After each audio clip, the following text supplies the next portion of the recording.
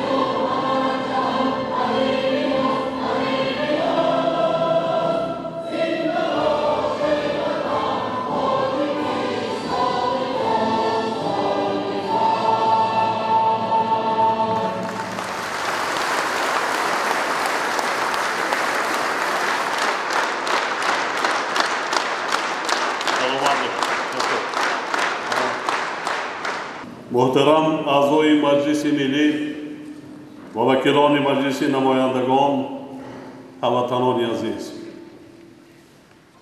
پیام این ساله به مجلس عالی با در نظر داشت معین کردن سمت‌های فعالیت ساحه‌های اقتصادی و اجتماعی مملکت، حل سریع مسائل وابسته به تأمین نشاندهنده‌های دورنمای سال 2015 و تأکید افضلیت‌ها برای دوره میان مهلت در آغاز سال پیشنهاد می‌گردد.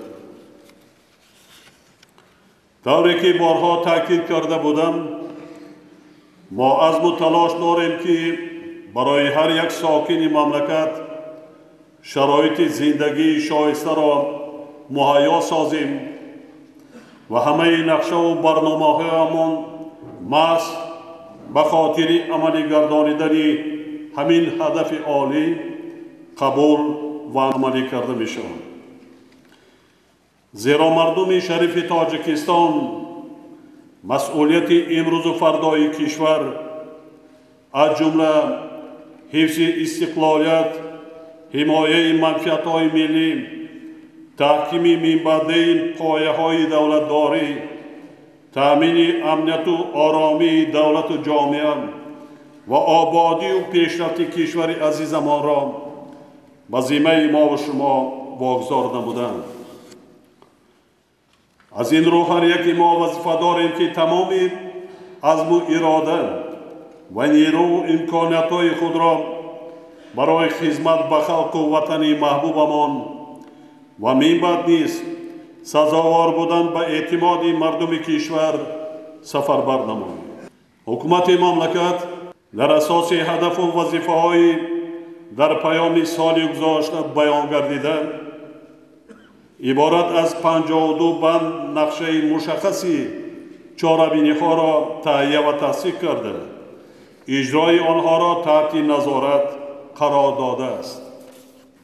برای تأمین رشد میانبردی ساحه‌های افضلتناک کشور اینچنین ولایت‌ها و شهر نایاب 233 سند معیاری حقوقی از جمله 15 قانون 97 تغییر و الоваها به قانونزاری جاری 26 کنسپسیا و استراتژی و برنامه‌ها 77 شرطنامه و سازشنامه و پروتکل‌های بین‌المللی 18 سازشنامه قرضی و گرانتی تهیه و قبول گردیدند و تطبیق شده ایستادند. در نتیجه سال 2014 در مجموع با نتیجه های نظرش جنبست گردید و کشور ما به سوی پیشرفت با ثبات اقتصادی باز یک قدم استوار گذاشت.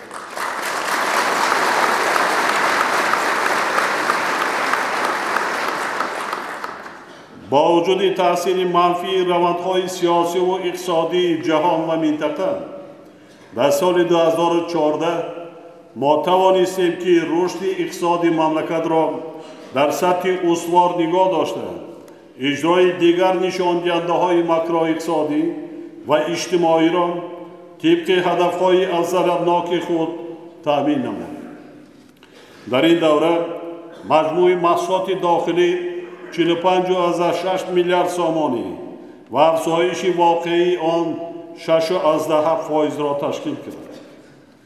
درآمدهای پولی اهالی نسبت به سال پیشین 12% زیاد شده و 23.8 میلیارد سامانی برابر گردیدند و پسندازهای اهالی در بانک‌ها 21% افزایش یافت. چاره‌های سری وقت اندیشیده حکومت امکان دادند که سطح تورم در دایره معیار برنامه‌ای پیش بینی شده و حتی کمتر از آن نگاه داشته شود. سال 2014 در قلمرو مملکت بیش از 252,000 جایهای نوی کاری دائمی، موسمی و موقتی تأسیس داده شدند. همه این دستاوردها باعثی از 35.6 به 32% پایان رفتنی سطح کمبیزاتی گردیده.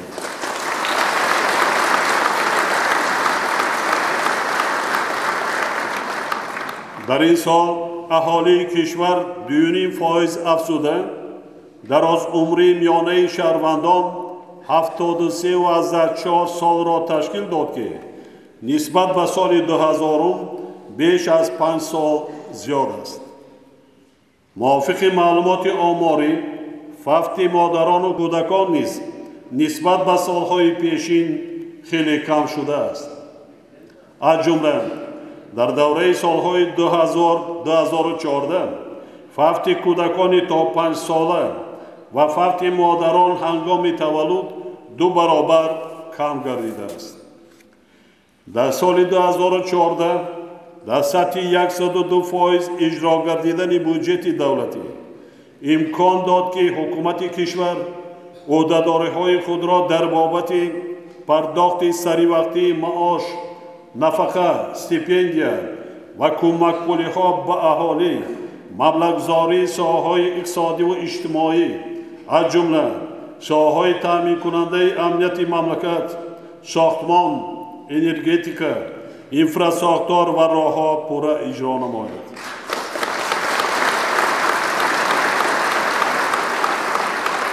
باید ذکر کرد که در دایره استراتژی اداره کنی قرض دولتی تناسب قرض بیرونی تاجیکستان نسبت به مجموع محصولات داخلی در 10 سال آخر 1.7 برابر کم گردیده، حالا 22.8% را تشکیل می‌دهد. در استراتژی ملی رشد برای دوره تا سال 2015 اصلاحات اداره دولتی، پیشرفت بخش خصوصی، جلب سرمایه و رشد نیروی انسانی همچون افضلیت‌های ملی معین شدند که برای توسعه یافتن آزادی‌های اقتصادی، گسترش همکاری‌های دولت و بخش خصوصی، اینچنین افزایش حجم و سطح و صفت خدمت‌رسانی‌های اجتماعی عملی گردانیده می‌شود. امسال مهلت عمل استراتژی ملی رشد به آخر میرسد و ما برای تشکیل ارزیابی نتیجه های به دست آمده از جمله جهت استفاده مکانیزم تنظیم رشد و اساسناک سازی سمت‌های میبعده فعالیت کوشش میکنیم. حکومت تاجیکستان با در نظر داشت تهدید و خطرهای طرف افزاینده گلوبالی و منطقوی و با مقصد پیگیری نمودن وظیفه‌های در پیام‌های پرزیدنت کشور معین شده جهت نائل گردیدن به هدف‌های استراتژی پیش از همه تأمین استقلالیت انرژتیکی پورا از بنبست کمیونیکاسیونی برآوردن مملکت و حفظ امنیت آزقواری منتظم چاره‌جویی کرده ایستاده است. هدف‌های استراتژی و سمت‌های افضلیت‌ناک اینچنین اجرای چاره‌بینی‌های در استراتژی و کانسپسی‌ها و برنامه‌های دولتی پیش‌بینی شده تحت نظارت قطعی قرار دارد. در این روند ضرور است که مشکلات و کمبودی‌ها سریع برطرف گردیده برابر نتیجه گیری از اجرای برنامه‌ها نقشه فعالیت حکومت مملکت مشخص گردانیده شد. زیرا سال جاری شدت گرفتن وضع سیاسی منطقه‌های گوناگون عالم، تأثیر بحران اقتصادی و مالیوی جهانی، نااستواری بازارهای جهانی مالیه و اشیاء خام، اینچنین دیگر مشکلات همچون عامل‌های منفی بر رشد میبعده اقتصاد ملی تأثیر رساننده پیش‌بینی می‌گردد. در چنین شرایط حکومت مملکت وظیفه‌دار است که با استفاده از همه ذخیره و امکانات‌های موجوده دایر به نگاه داشتن رشد باثبات اقتصادی، ثمراناکی اداره دولتی، تطبیق سیاست هدفمند مالیوی، تأمین پورا و سریع وقتی عهده‌داری‌های اجتماعی دولت، رشد ساحه‌های مختلف خصوصاً ساحه‌های استحصالی، اینچنین پیشبرد اصلاحات در سمت دستگیری صاحبکاری و سرمایه‌گذاری تدبیرهای الهاگی را عملی نماید. وکیلان محترم، جهت تحکیم زمینه‌های رشد باثبات و درازمدت ما در استراتژی و برنامه‌های دولتی برای دوره تا سال 2030 بلند برداشتن ثمراناکی استفاده دارایی‌های ملی مخصوصاً نیروی انسانی و واسطه‌های اساسی اینچنین تقویت اینستیتوسیونالی رشد کشور را سمت‌های افضلیت‌ناک می‌شماریم. در این روند با مسائل پررو و ثمراناک به کار انداختن امکانیت‌های استحصالی هرچی بیشتر جاری نمودن تکنولوژی‌های معاصر، بهتر گردانیدن صفت مال و محصولات و خدمت رسانی، کم کردن خراجات بر زیاد و استفاده درست و مقصدناک ذخیره، ساده و شفاف گردانیدن ترتیب تنظیم فعالیت صاحبکاری و از بین بردن مانع‌های مأموری اهمیت مخصوص داده می‌شود. باید گفت که در دایره تطبیق استراتژی ملی رشد برای دوره تا سال 2015 با عزم و تلاش حکومت، شریکان رشد و زحمت صافدلانه مردم شریف تاجیکستان بسیار مسائل اقتصادی و اجتماعی پوره یا قسماً حل کرده شدند.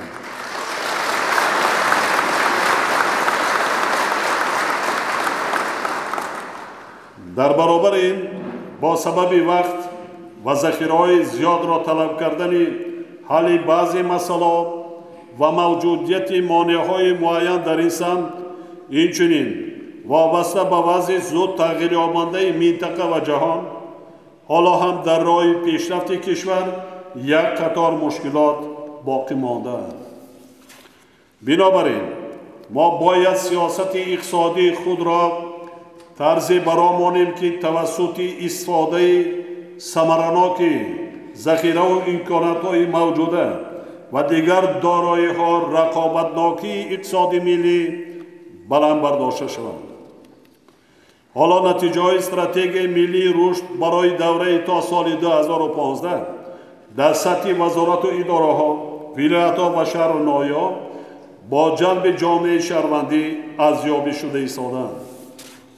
ما به نقشه گرفتیم که ماه فوریه سال جاری حسابات فاصلوی استراتژی ذکر شده را در شورای ملی رشد نزد پرزیدنت کشور و فورم رشد بررسی کرده جهت تامین نمودن پیشرفت باثبات مملکت برای در دوره تا سال 2030 سلسله تشبث و پیشنهادها را محاکمه کنیم. در ارتباط به این بار دیگر اصرار می‌دارم که همه ذخیره و امکانات‌های موجوده به حل مسائل حفظ فضای آرام و آسوده زندگی شهروندان، رسیدن به معیارهای بلندتر نیکوحوالی مردم و شرایط بازم بهتری اجتماعی، تقویت قانونیت و عدالت و در مجموع به تأمین امنیت دولت، شهروندان و جامعه روانه کرده می شود.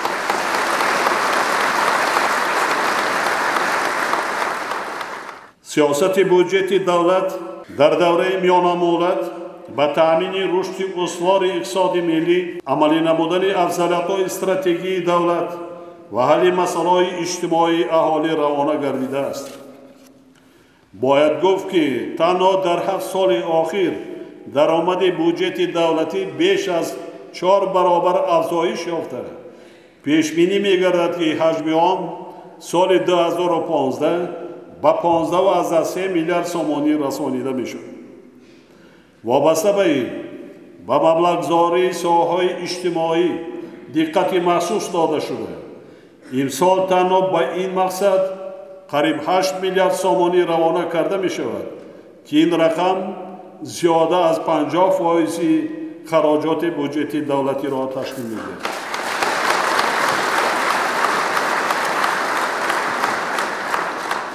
اینچنین با مقصد تامین عهده‌داری‌های اجتماعی دولت از جمله پرداخت مزد مهنت، نفقه، جبران پولی و کمک پولی ها در سال 2015 از حساب بودجه دولت زیاده از 6 میلیارد سومانی روانه می گردد. با حکومت مملکت میسر گردید که تنها در 5 سال اخیر مزد مهنت کارمندان ساحه‌های بودجه از جمله علم و معارف، تندرستی و فرهنگ، حفظ اجتماعی اهالی و مقامات حفظ حقوق را از 2.5 تا 3 برابر زیاد نماید. و در نظر داشت رشد اقتصادیات مملکت و امکانات‌های امروزه مالیوی از 1 سپتامبر سال روان مرحله نوبتی زیادشوی مزد مهنت کارمندان ساحه‌های بودجه عملی کرده می شود. از جمله مزد مهنت کارمندان مقامات حاکمیت و اداره‌کنی دولتی، کارمندان مقامات حفظ حقوق و خدمتچیان حربی 15%، کارمندان مؤسسه‌های معارف از جمله مؤسسه‌های تحصیلات تا مکتبی، میانه عمومی و عالی، دیگر مؤسسه‌های ساحه معارف، علم، فرهنگ، ورزش و تندرستی 20%، مؤسسه‌های ساحه حفظ اجتماعی از جمله خانه اینترنت‌ها برای پیرانسالان و معیوبان، شعبه‌های کمک اجتماعی در خانه و استراحتگاه و آسایشگاه‌ها برای سابقه‌داران جنگ بزرگ وطنی مهنت و شخصان با آنها برابر کرده شده 25% زیاد کرده می شود.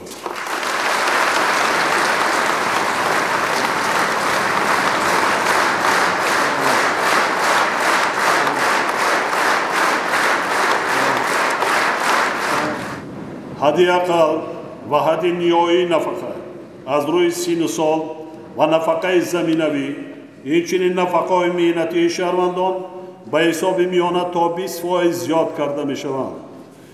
در برابر این استیپندیای دانشجویان و دیگر نمودهای استیپندیا 30%، اینچنین مزد مهنتی حد اقل 60% زیاد گردیده، اندازه آن از 250 سومانی تا به 400 سومانی برابر می گردد.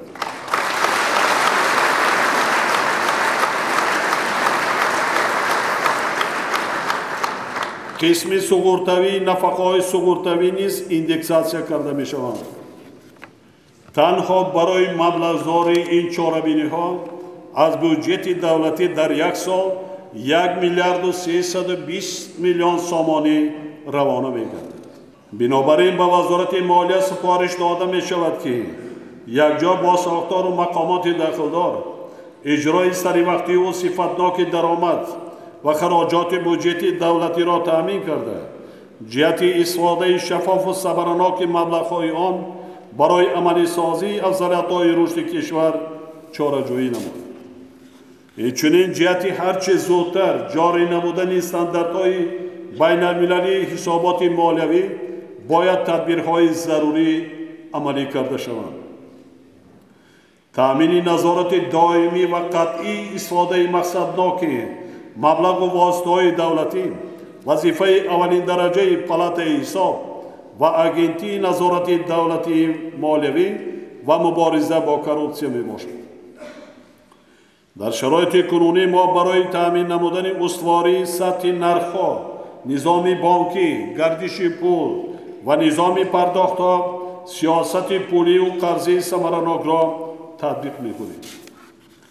معلوم است که بنابر تأثیر عامل‌های بیرونه، مخصوصاً کاهش یابی اقتصادیات و قرب پول کشورهای شریک تجارتی ما، وقتهای آخر قرب پول ملی تحت فشار قرار دارد.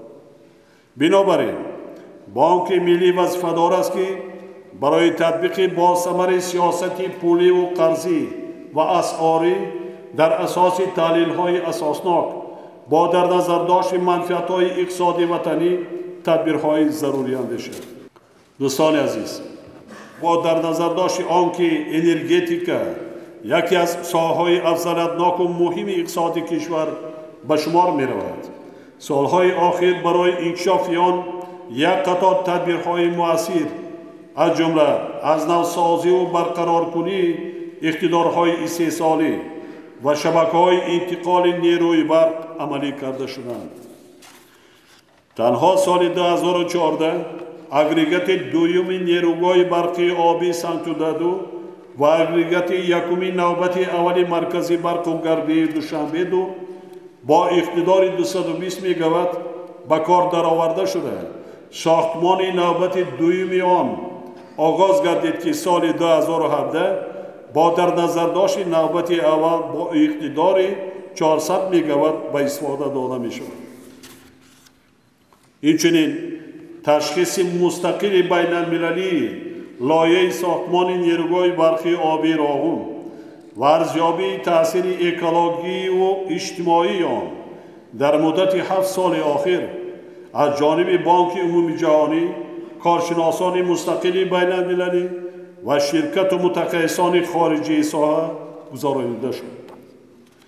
امروز به همه معلوم است که نارسایی نیروی برق یکی از مانعهای اساسی رشد اقتصادی و اجتماعی کشور ما می باشد و این زمان در حیات اجتماعی مردم مشکلات زیاد ایجاد می کند.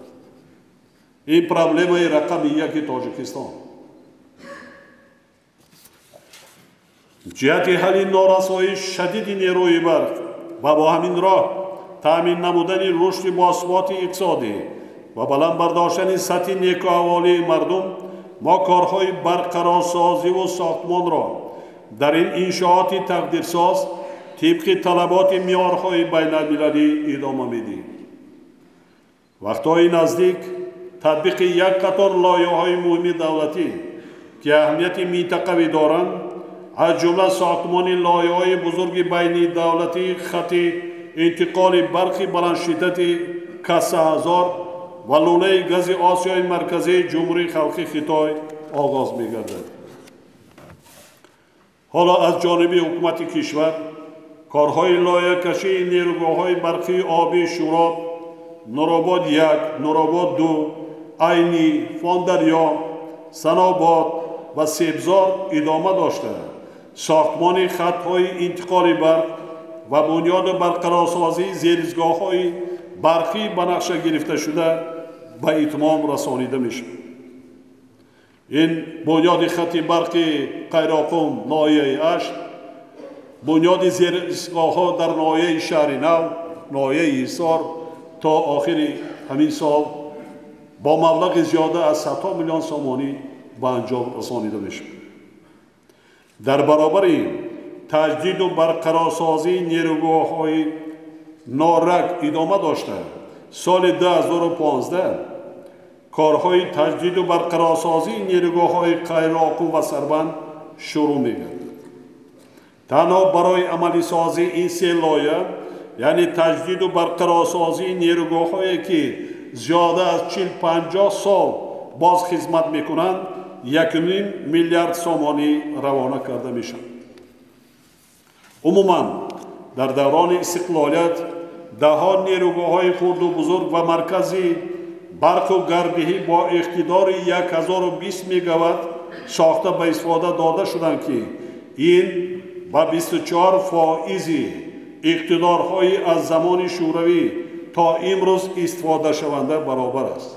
امروز تاجیکستان در حال رشد قرار دارد و این حالت مسئله پیدا شدن استفاده برندگان نوی نیروی برق را به میان می‌گذارد که تأمین آنها با نیروی برق وظیفه حکومتی مملکت میباشد. در دوره استقلالیت شماره اهالی کشور بیش از 65% افزایش یافته، صدها هزار عائله‌های نو به وجود آمدند. صدها هزار منزل اقامتی نو بنیاد شدند.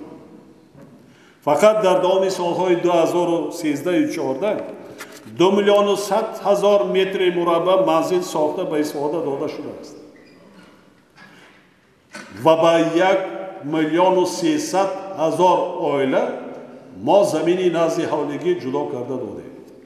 علاوه بر این در این دوره 17,320 کارخانه و کارگارهای نوی استحصالی و خدمت رسانی به کار آغاز کردند که این همه استحصال نیروی برق علاوه‌گی را تقاضا دارد. من یک مثال عادی می‌آورم که برای مردم روشن باشد. ما تلویزیون، رادیو و دیگر اسباب انجام‌هایی که با برقی هستند حساب نمی‌کنیم. بذار که دولت مردمی ما را باز از این زیاده کنه. تنها استفاده بری تلفن‌های موبیلی در ظرف یک سال زیاده از 22 میلیون کیلووات ساعت نیروی برق استعمال می‌کنه. یعنی تا سالهای 91 نبود. در 10 سال آخر جهت نائل گردیدن به استقلالیت انرژتیکی کشور و از نوسازی شبکه‌های انرژتیکی از حساب همه سرچشمه‌های مبلغ‌زایی دولتی 13.4 میلیارد سومانی روانه کرده شده است.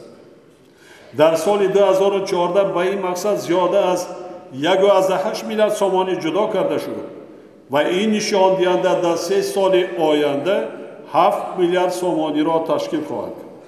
با وجود این وزارت انرژتیک و ذخیره‌های آب و شرکت برق تاجیک را ضرور است که جهت بلند داشتن ثمرناکی استفاده اقتدارهای موجوده سال و کم کردن تلفات نیروی برق، تطبیق با صفت لایحه‌های جاری نمودن سیستم حساب یک رخت انتقال نیروی برق و بهداشت شبکه‌های انتقال برق را تأمین نماید.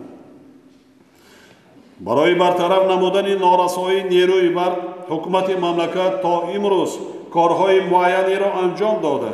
برای سالهای آینده نقشه نوی عملی کردن لایحه‌های انرژتیکی را طراحی نموده است که در آینده نزدیک رسیدن به هدف استراتژی یعنی تأمین استقلالیت انرژتیک را واقعی می‌گرداند.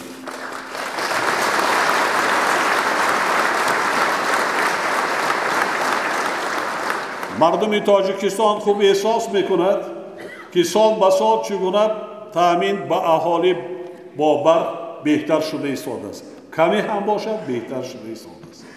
ما 10 سال پیش همگی امکانیت نداشتیم، محدود بودیم. همگی 2 تا 4 ساعت نیروی برق می‌دادیم. خودی همین شب و روز با اهالی مملکت زیاده از 12 ساعت برق تامین کرده ایستادیم. غیر آن که تمامی شهر نایای مملکت، مرکزی شهر نایای مملکت پره 24 ساعت با قوه برق تامین است. غیر آنه که تمامی کارخانه‌های صنعتی 3 سالی کار و فعالیت می‌کنند. تمام مؤسسات ساحه معارف و دیگر ساحه اجتماعی باور تامین است. یعنی برای هرچی زودتر به این هدف رسیدن، البته من تکرارم شما میگویم که این وظیفه حکومت مملکت است، لیکن ما از مردم، از ما شما نیز طلب میکند که استفاده بری وقت را صرفه‌کارانه و با تکنولوژی های کم مصرفی برآوریم.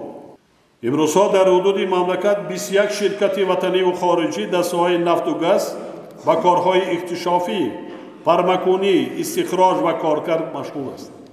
از این رو حکومت مملکت را ضرور است که مسئله از جانب شرکت‌های ذکر شده اجرا گردیدن شرط‌های سازشنامه‌ای را منتظم نظارت کرده، در صورت اجرا نشدن شرط‌های آنها دایر به بازخوان کردن اجازتنامه‌ها چاره‌های دخل‌دار است. حالا در قلمرو کشور 18 شرکت وطنی و خارجی در 14 کان با استخراج انگیش مشغول است. باید گفت که سالهای آخر استخراج انگیش تدریجاً افزایش یافته. سال 2014 استحصال آن به 875,000 تن رسانیده شد که این نشان دهنده نسبت به سال 1991 3 برابر زیاد می‌باشد. امسال استحصال انگیش به 1 میلیون تن رسانیده طلبات داخلی پورا قانع کرده میشد.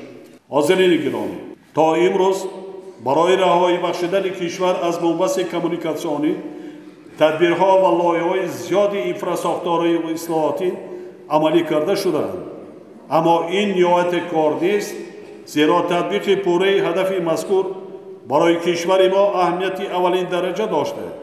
در سالهای آینده نیز همچون سمت مهم و افضل‌ناک فعالیت حکومت باقی خواهد بود. با این مقصد تنها در 5 سال آخر 5 میلیارد سامانی از جمله سال 2014 زیاده از 1 میلیارد سامانی روانه گردیده. در 3 سال آینده جدا نمودن بیش از 3 میلیارد سامانی پیش بینی شده است. در این روند از نوسازی راه ماشینگرد دوشنبه ترسونزاده، راههای دوشنبه قرغان‌تپه پنج پایان، عینی پنجکند، دوشنبه خاروخ کلمن، قطعه شوراباد درواز، واسع خاوری، بنیاد راه آهنی دوشنبه قرغان‌تپه قطعه وحدت یاوان، تجدید و ساختمان راههای بین المللی و منطقوی عملی شده است. حالا لایحه راههای درواز ونج و خوجند اسفره آماده شده است.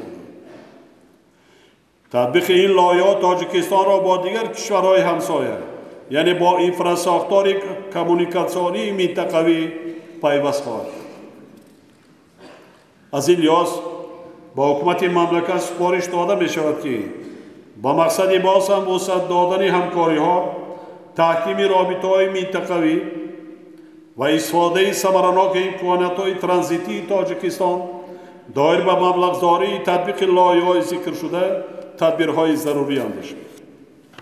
زیرا موجودیت شاهراه‌های بین‌المللی نقلیاتی برای پیشرفت منطقه‌های کشور امکانیت وسیع فراهم می‌آورد و ضرور است که جهت تبدیل دادن آنها به شاهراه‌های بین‌المللی اقتصادی نیز چاره‌جویی کرده شد. بنابراین وزارت‌های رشد اقتصاد و سودا، نقلیات، کمیته دولتی سرمایه‌گذاری و اداره اموال دولتی و مقامات اجرایی محلی حاکمیت دولتی وظیفه دارند که در روند تهیه برنامه‌های رشد اقتصادی و اجتماعی منطقه‌های مملکت امکانیت‌های نقلیاتی و ترانزیتی کشور را همچون زمینه ترقیات منبع به عنایت گیرند. علاوه بر این برابران ولایت‌ها و شهر و ناحیه‌ها ضرور است که در همکاری با صاحبکاران و سرمایه‌گذاران با مسئله نگهداری و تعمیر و برقرارسازی راه‌های داخلی ناحیه‌ها و محل‌های اهالی‌نشین، همچنین تأمین اهالی با آب با صفت نوشاکی و حل دیگر مسائل اجتماعی اهمیت اولین درجه دارد. برای حل مسائل با آب تازه نوشاکی تأمین کردن اهالی شهر و ناحیه‌های دوشنبه، خوجند، چکالف، باباجان غفورов، اسفره، کانیبادام، قیراقوم، خاروخ، استقلال، حصار، رودکی، شهر نو، ترسوزاده، یاوان، جلال‌الدین رومی، واسه، کلا، فرخار، پنجکین، زفرآباد، شهرستان، استرافشان، پنج و همدانی در سالهای 2010-2018 بیش از 1 میلیارد سامانی پیشبینی گردیده. تا امروز خیلی کارها اجرا شدند و کارهای برقرارسازی شبکه‌های آبرسانی در شهر و ناحیه‌های ذکر شده طبق نقشه عملی کرده می‌شود.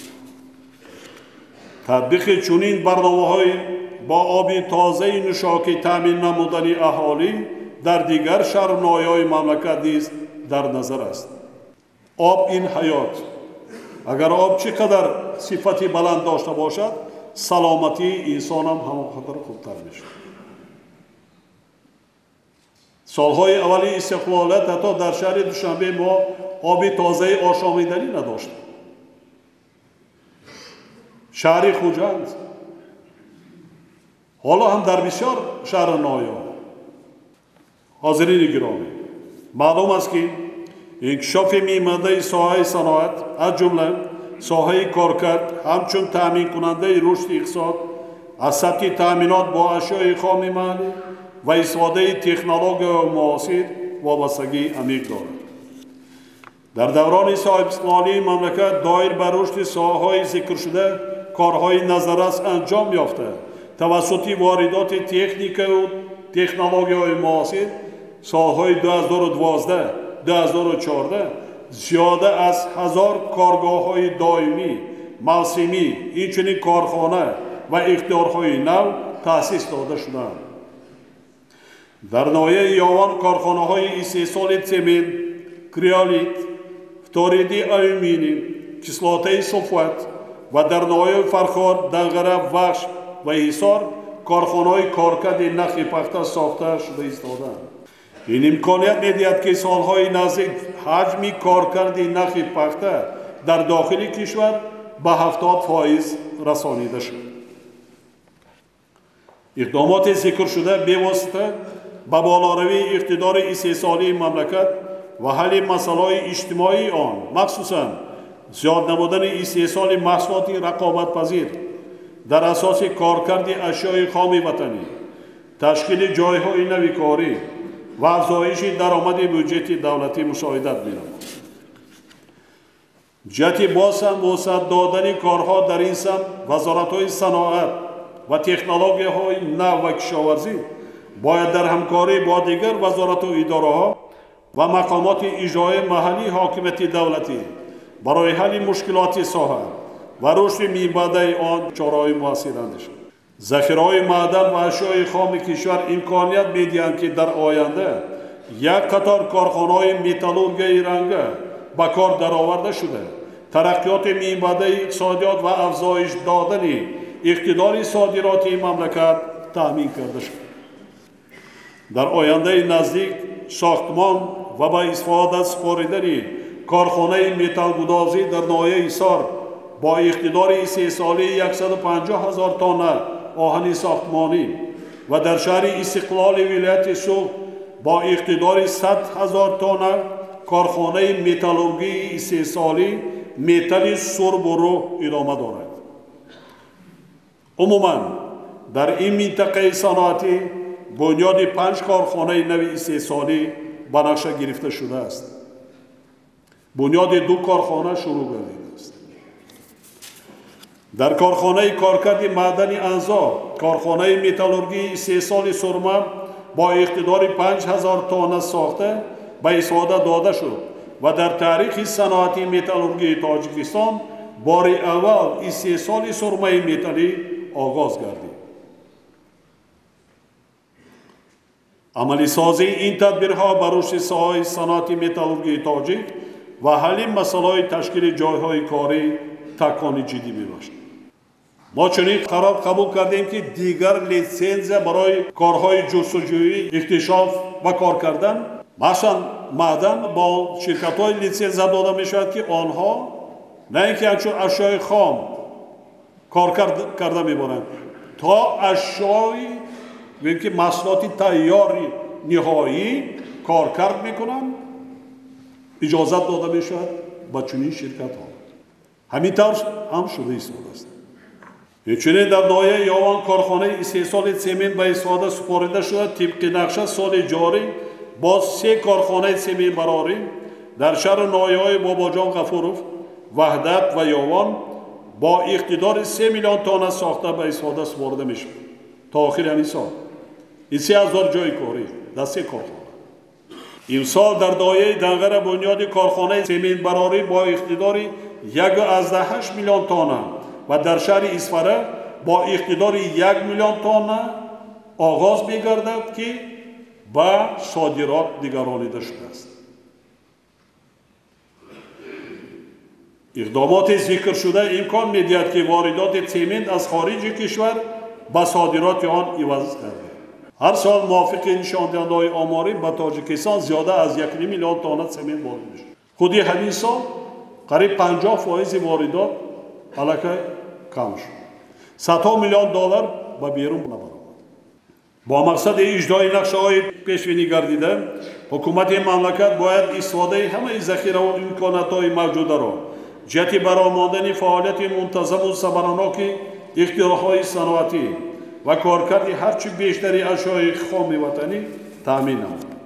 علاوه بر این جهت رشد کارخانه‌های صنعتی در دهات و ناحیه‌های دوردست توسط استفاده تکنولوژی مطابق با شرایط منطقه‌های کوهستان چاره‌های ضروری اندیشیده شود.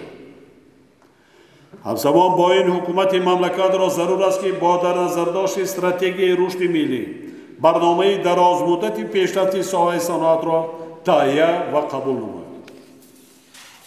دوستان عزیز، نقش و سهم ساحه کشاورزی در تامین امنیت غذاخوری مملکت، رشد ساحه صنعت، افزایش امکانات صادراتی کشور و تأسیس جایهای نوی کاری بسیار مؤثر میباشد.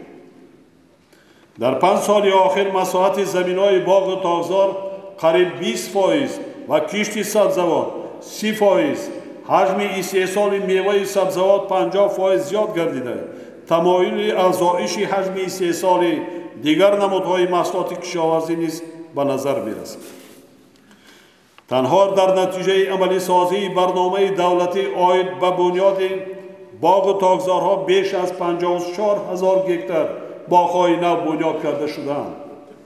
یعنی این برنامه پورا اجرا گردید و ضرور است که برنامه نوی رشد باغ و تاک‌پروری هرچی زودتر تهیه و به حکومت مملکت پیشنهاد کرده شد.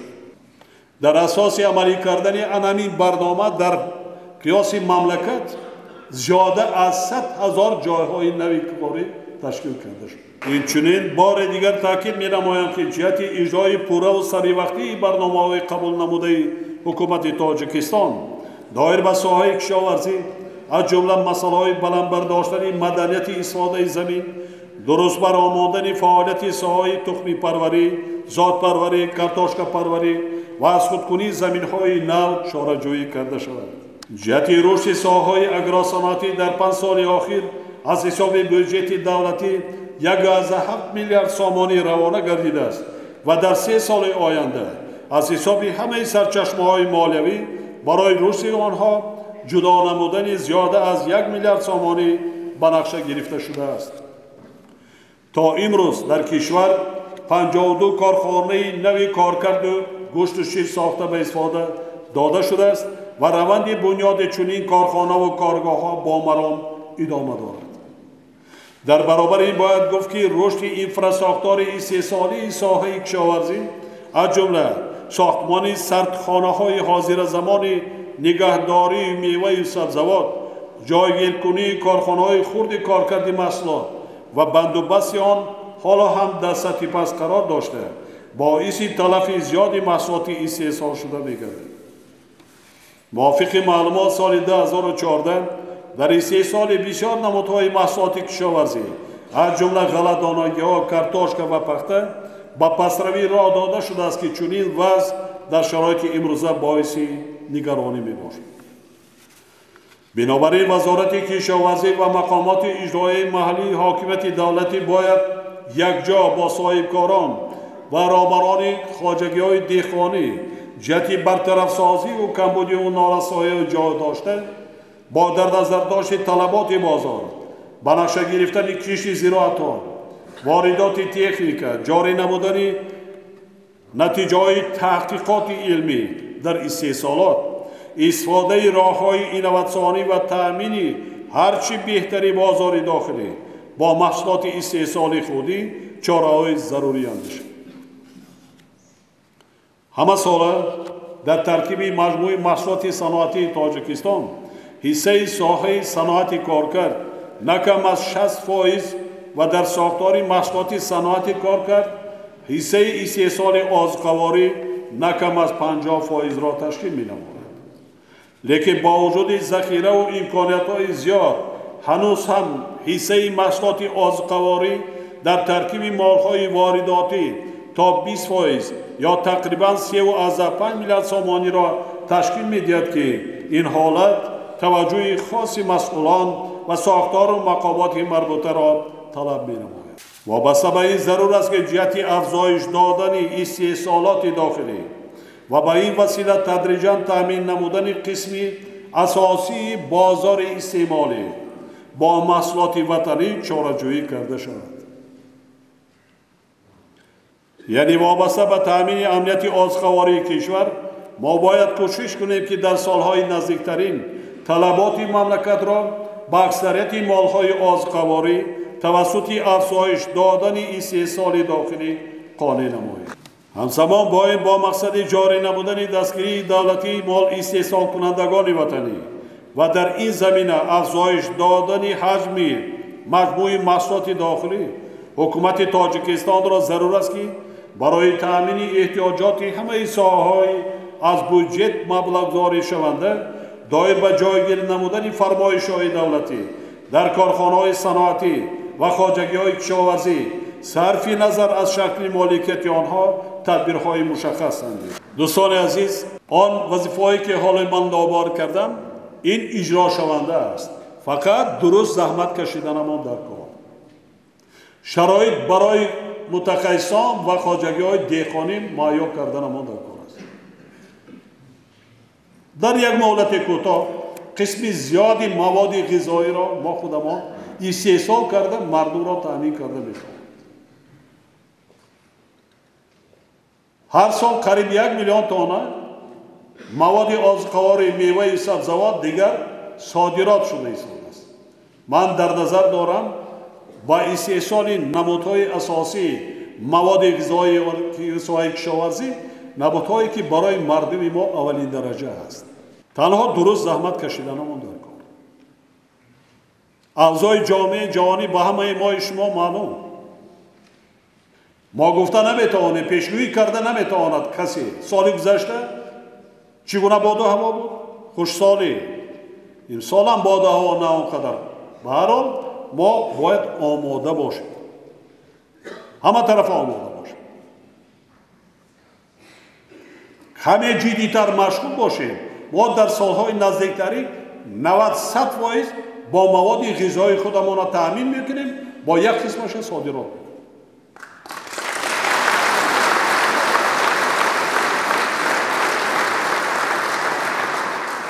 در دایره تطبیق لایحه‌های دولتی سرمایه‌گذاری جهت تأمین رشد استوار کشور به اقتصادیات مملکت تنها در سال 2014 با مبلغ زیاده از 3.7 میلیارد سامانی قرض‌های امتیازناک و گرانت‌ها جلب گردیدند. در 5 سال آینده تطبیق یک قطار لایحه‌های مهم افضلیت‌ناک در نظر داشته شده. با این مقصد از حساب همه سرچشمه‌های مبلغ‌گذاری 70 میلیارد سامانی از جمله توسط سرمایه‌گذاری مستقیم بیش از 40 میلیارد سامانی جلب کرده می شود که بر رشد ساحه‌های مختلف و در مجموع با تأمین هدف‌های استراتژیکی دولت مساعدت خواهد کرد. در 7 سال آخر به اقتصادیات تاجیکستان زیاده از 11 میلیارد سامانی سرمایه مستقیم خارجی وارد گردیده است که قسمی بیشتری آن به ساحه انرژتیکا، علاقه، ساختمان، استخراج کندنی‌های فایده‌ناک و بنیاد راه‌ها روانه کرده شده است. در شرایط امروزه از خودکنی ثمرناک و عاقلانه ذخیره‌های قعر زمین تاجیکستان، مبلغ‌زاری برای استخراج و کارکرد معدن، همچنین کارهای جستجویی و گیولوژی و اکتشافی کانهای نو توسط جلب سرمایه وطنی و خارجی از جمله سمت‌های مهم رشد ساحه صنعت و حل مسائل اجتماعی، خصوصاً تشکیل جایهای نوی کاری محسوب می‌یابد. برای این ضرور است که جهت تقویت بخشیدن به جریان تطبیق مکانیزم شریکی دولت و بخش خصوصی و به طور نظر زیاد نمودن سهم سرمایه‌گذاری مستقیم خارجی چاره‌های علاوه‌ای اندیشیده شد. دستگیری صاحبکاری و در نوبت اول صاحبکاری 3 ساله از جمله سمت‌های اساسی فعالیت ساختار و مقامات دولتی به حساب می‌رود. حکومت کشور تا امروز با مقصد فراهم آوردن فضای مساعد صاحبکاری و جلب سرمایه اصلاحات اقتصادی را با مرام ادامه بخشید که در نتیجه تاجیکستان طبق ارزیابی تشکیلات‌های بین المللی مالیوی برای خط 10 کشور پیشرفته اصلاحاتگری جهان داخل گردید.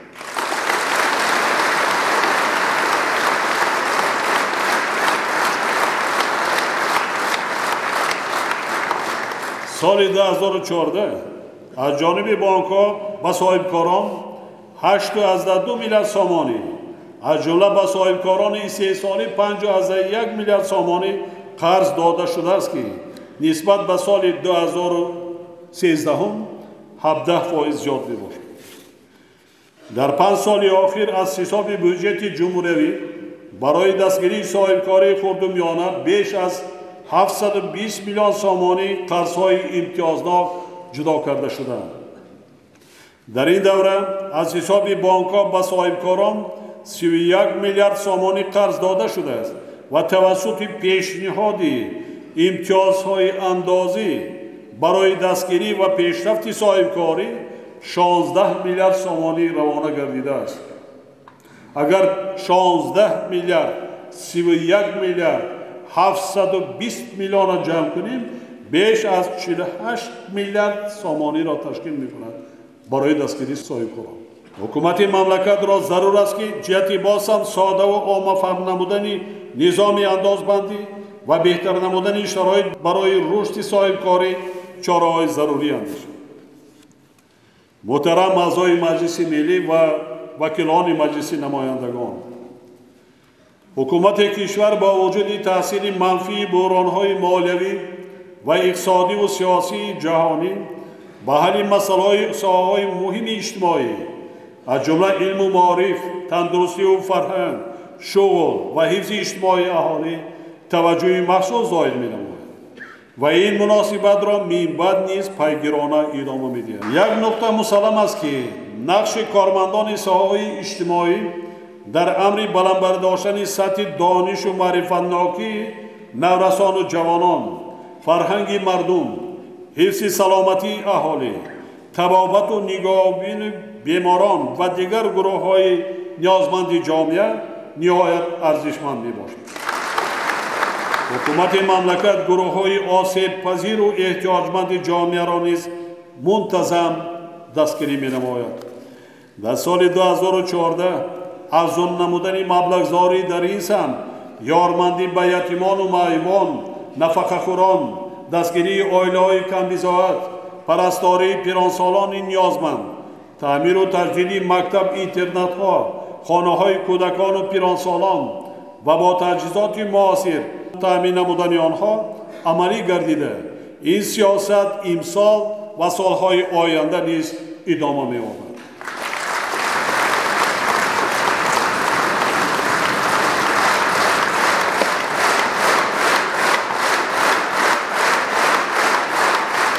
تأسیس جایهای نوی کاری یکی از سمت‌های مهم سیاست اجتماعی حکومت مملکت می‌باشد. چنانکه بالاتر ذکر نمودم، سال 2014 در کشور بیش از 252,000 جایهای نوی کاری دائمی، موقتی و موسمی تأسیس داده شده است. سال 2015 باید نه کم از 200,000 جایهای نوی کاری مهیا کرده شد. بنابراین حکومت تاجیکستان رهبران ولایت‌ها و شهر و ناحیه‌ها وظیفه دارند که یک جا با بخش خصوصی جهت وسعت بخشیدن جریان تأسیس جایهای نوی کاری منتظم چاره‌جویی نمایند.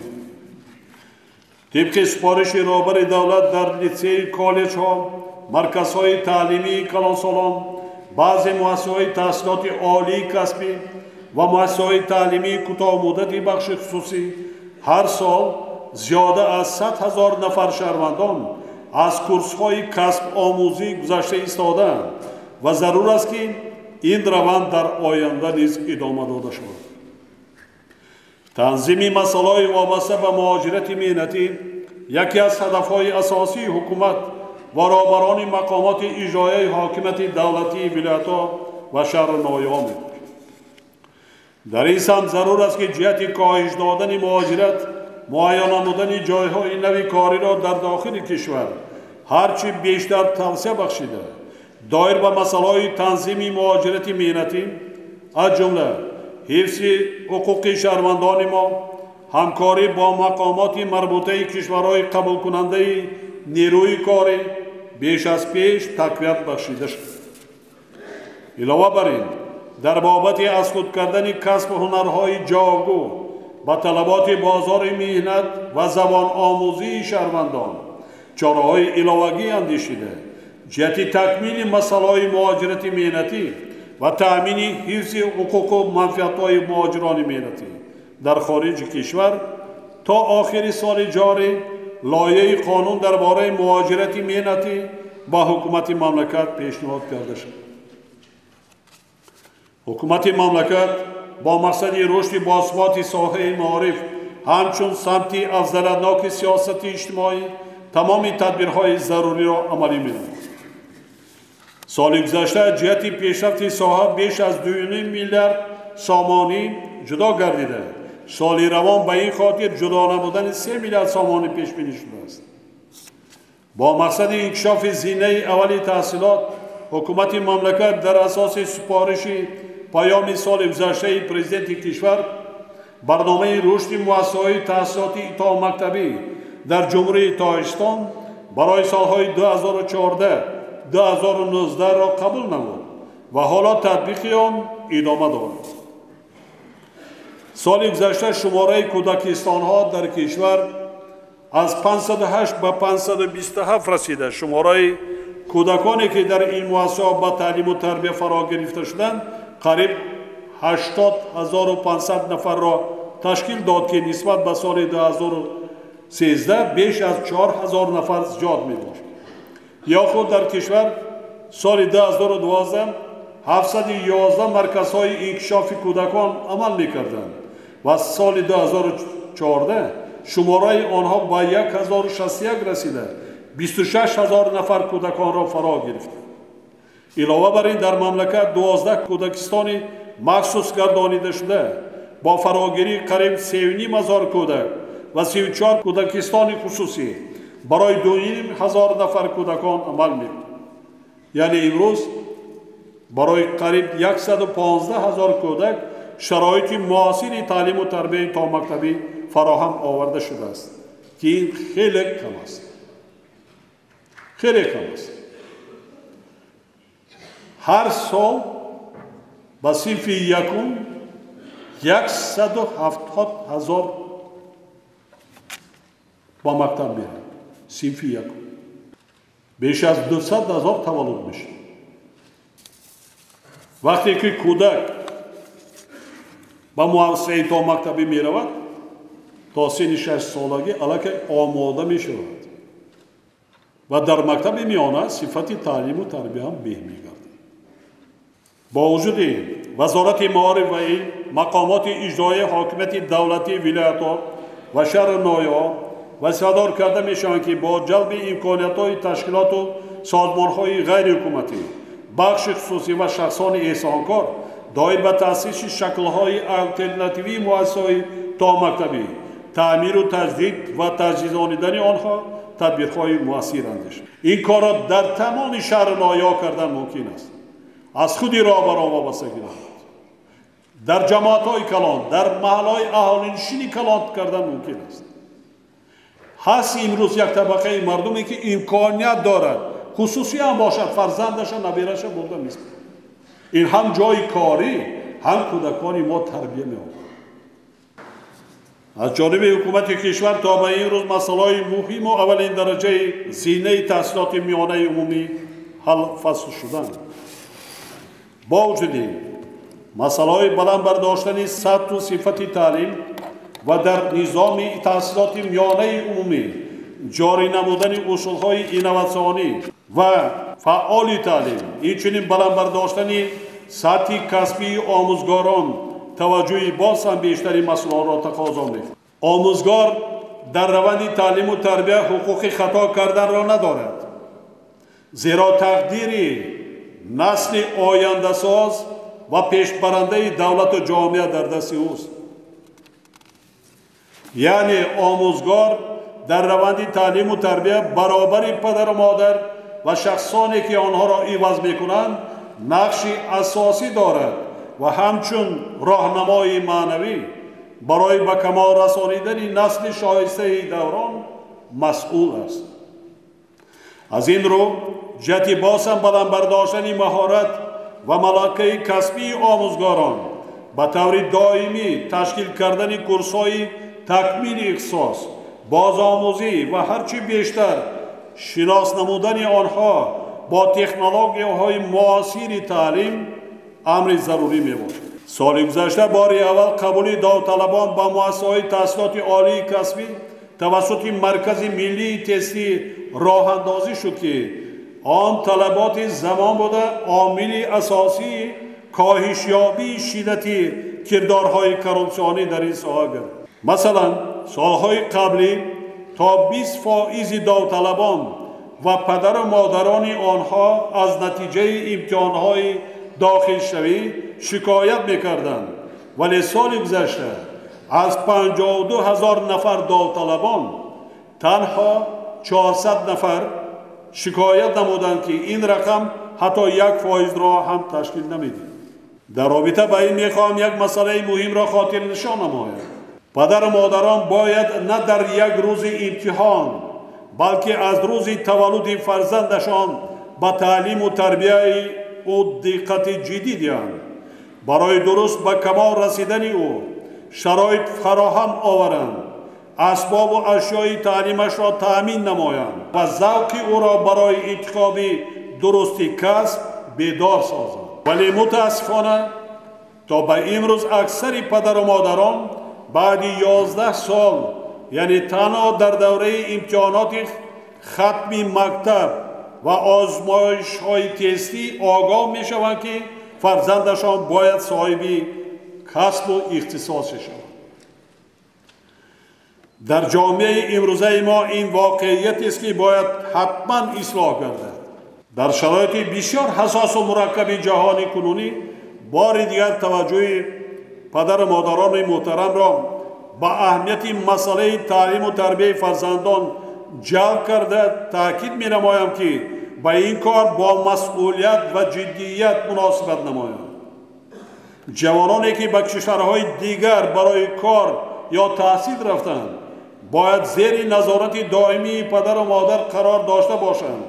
والدین کلانسالان و خویش و تباران با چنین جوانان همیشه در علاقه باشند، زیرا چنان که دیده ایستاده اکثر آنهایی که امروز گرفتار دام فریب حزب و حرکات‌های افراطی و تشکیلات سازمان‌های تروریستی شده، یک قسمشان حالا در جنگ‌های دهشتناک کشورهای سوریه و عراق اشتراک دارند، از جمله جوانان میباشند که به مهاجرت مهنتی رفتند.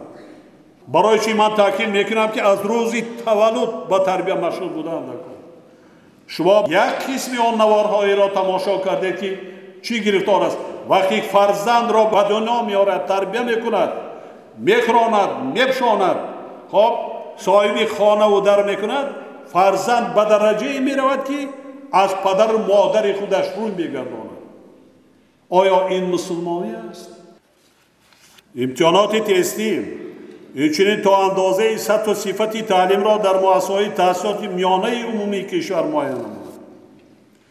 برابر این معلوم گردید که در این زمینه تحصیلات تعلیمی فن‌های طبیعی و ریاضی به بهبودی جدی نیاز دارد و مسئولان وزارت معارف و علم، رهبران و مسئولان مؤسسه‌های تعلیمی را ضرور است که دایر به این مسئله چاره‌های مؤثر اندیشند و به خوانندگان در بابت انتخاب درست کسب و هنر از جمله اختصاص‌های مهندسی و تکنیکی و تکنولوژیکی برای اقتصاد ملی ما خیلی مهمند یاری عملی رسد. علاوه بر این رهبران و مسئولان مرکز ملی تحصیل و مؤسسه‌های تعلیمی را ضرور است که کمبودی و نارسایی سال قبلی را برطرف کرده در هر یک مکتب تحصیلات عمومی با هر یک از ختم کنندگان و پدر و مادران آنها مشغولیت‌های آموزشی تشکیل نمایند، مسائل مربوط به این نظام را آموزانند و می‌باید در اساس آموزشی تجربه پیشقدم جهانی صفت امتحانات تستی را بهتر گردانند. حالا در مکتب‌های میانه کشور 1,750,000 خوانندگان تحصیل می‌کنند. هر سال 112,000 ختم می‌کنند. آن وظیفه مرکزی تستی و کارمندان وزارت معارف از آن عبارت است که با نمی 110,000 کار کنیدند تا مرحله به امتحان سپاریدن. آماده کنید در هر یک مکتب با هر یک داوطلب در زمینه تحصیلات میانه عمومی با مقصد پوره به تعلیم فرا گرفتن دختران و پسران مسئله گذشت به نظام 12 ساله تحصیلات از 9 ساله به 10 ساله گذرانیدن تحصیلات اساسی با مؤسسه‌های تحصیلات عمومی اساسی تبدیل دادن مؤسسه‌های ابتدایی و از جانب مقامات اجرایی محلی حاکمیت دولتی پورا تطبیق گردیدن نظام مبلغ‌زاری سرکسی از جمله تدبیرهای میباشند که باید در آینده عملی کرده شوند. در اینجا بار دیگر خاطر نشان میسازم که دستگیری ساحه معارف و برآوردن مقام آموزگار در نوبت اول از آن جهت مهم میباشد که اهل معارف در رشد نیروی انسانی سهمی بی‌واسطه داشته یکی از قواهای پیشبرنده و فعال جامعه امروزه به شمار می‌رود و گذشته از این پیشرفت تمام ساحه‌های حیات جامعه و دولت به سطح رشد معارف وابستگی مستقیم دارد. با سبب به نظام کردیتی گذاشتن مؤسسه‌های تحصیلات عالی کسبی کشور رهبران این مؤسسه را ضرور است که معیارهای در سطح بین‌المللی اعتراف شده را پورا تطبیق نمایند و دایر به مسئله آموزش تکنولوژی اینواتسیونی وارد نمودن تجهیزات حاضر زمان و با این واسطه ثمرانه گردانیدن صفت تعلیم تدبیرهای جدی اندیشیده به زبان آموزی دانشجویان و به جای کار حاضر شدن ختم کنندگان دقت مخصوص داده شود. تحلیل کرده برآمده نسبت به 10 سال پیشین ختم کنندگان به جایهای کاری سال گذشته بیش از 80% را تشکیل داده است. این تمایل خوب است. رهبران ولایت‌ها و شهر نویا پیش از همه وظیفه‌های جانی شما هم است. برای متخصصان جوان شرایط خوبی کاری مهیا کرده مونده، کمک کردن نمونده، دستگیری کردن نمونده.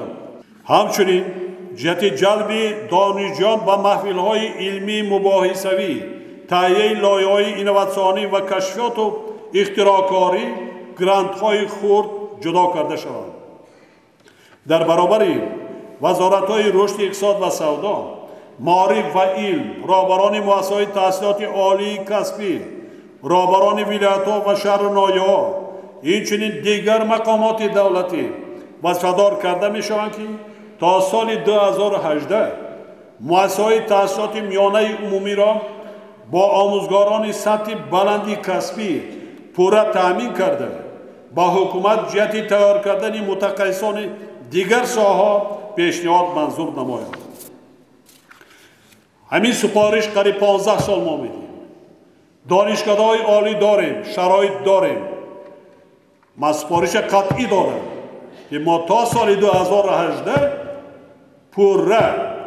پورا باید تامین کنیم. بعداً بلندبرداشتن صفت تعلیم و تربیه را طلب. ما در بسیار مورد جوانان سرزنش میکنیم. دیگه در مکتب آموزگار سطح بلندی کسبی نباشد چگونه جوان دانش می‌آموزد؟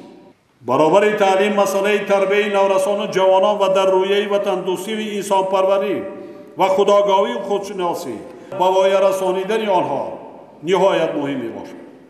مسئله تحکیم رابطه میان جامعه، مؤسسه تعلیمی و پدر و مادران توسط یک قطار قانونها از جمله قانون درباره مسئولیت پدر و مادر در تعلیم و تربیت فرزند و تنظیم درآورده شدند، ولی تا به حال مکانیزم درست تطبیق آن معین نگردیده است. بنابراین جهت برآمدن نظارت اجرای قانون جمهوری تاجیکستان درباره مسئولیت پدر و مادر در تعلیم و تربیت فرزند و هم آهنگسازی فعالیت مقامات داخلدار در دستگاه اجرای پرزیدنت کشور واحد نوی ساختاری تأسیس داده شود.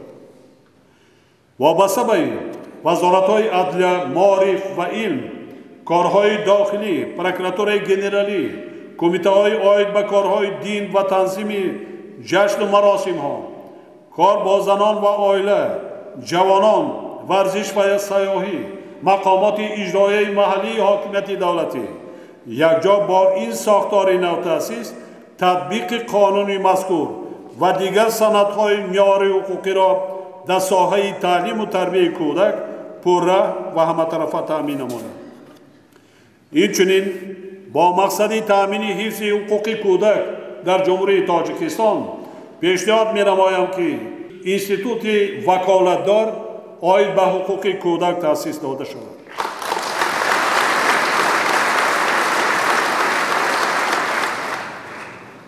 جریان تطبیق برنامه و نقشه‌هایی که دایر به رشد علم قبول شدند زیر نظارت دائمی حکومت کشور قرار دارد.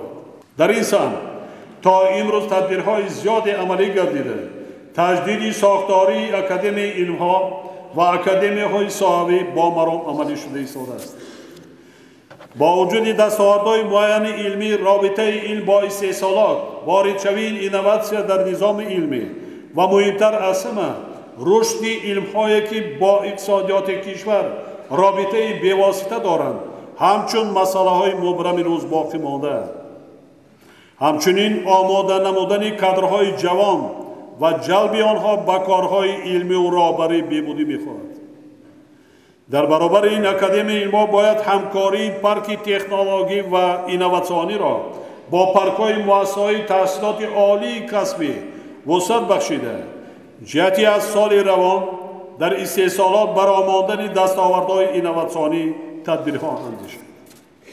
از این لحاظ وزارت‌های صنعت و تکنولوژی نو، انرژتیکا و ذخیره آب، کشاورزی، دیگر وزارت اداره و کارخانه‌های استحصالی وظیفه‌دار کرده میشوند که همکاری را با اکادمی علم‌ها تقویت بخشیده جهت تطبیق دستاوردهای علم در استحصالات تدبیرهای ضروری اندیشید.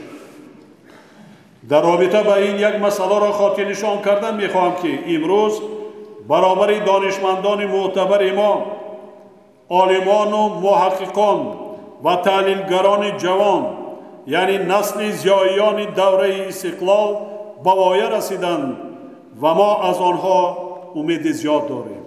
وابسته به روندهای جهانی‌شوی و شدت گرفتن مبارزه‌های اطلاعاتی، همچنین واردشوی مفکوره بیگانه به ذهن جامعه، اینستیتوت‌های علمی و تحقیقاتی اکادمی علم‌ها، اکادمی‌های صحابی، مرکز تحقیقات استراتژی، دیگر مرکزهای علمی و کافدراهای جامعه شناسی، مؤسسه‌های تحصیلات عالی کسبی را ضرور است که با تحقیق و تبلیغ مسائل خودشناسی و خودآگاهی، حفظ ارزش‌های ملی، تاریخی و فرهنگی، توسعه جهانبینی دموکراتی و دنیوی، پایداری وحدت و ثبات جامعه توجهی بیشتر ظاهر نماید. آموختن سبب و عامل‌های سر زدن جنگ شهروندی در کشور ما یکی از وظیفه‌های مهمترین عالمان جامعه شناس میباشد. زیرا دایر به این مسئله اندیشه و تحقیقات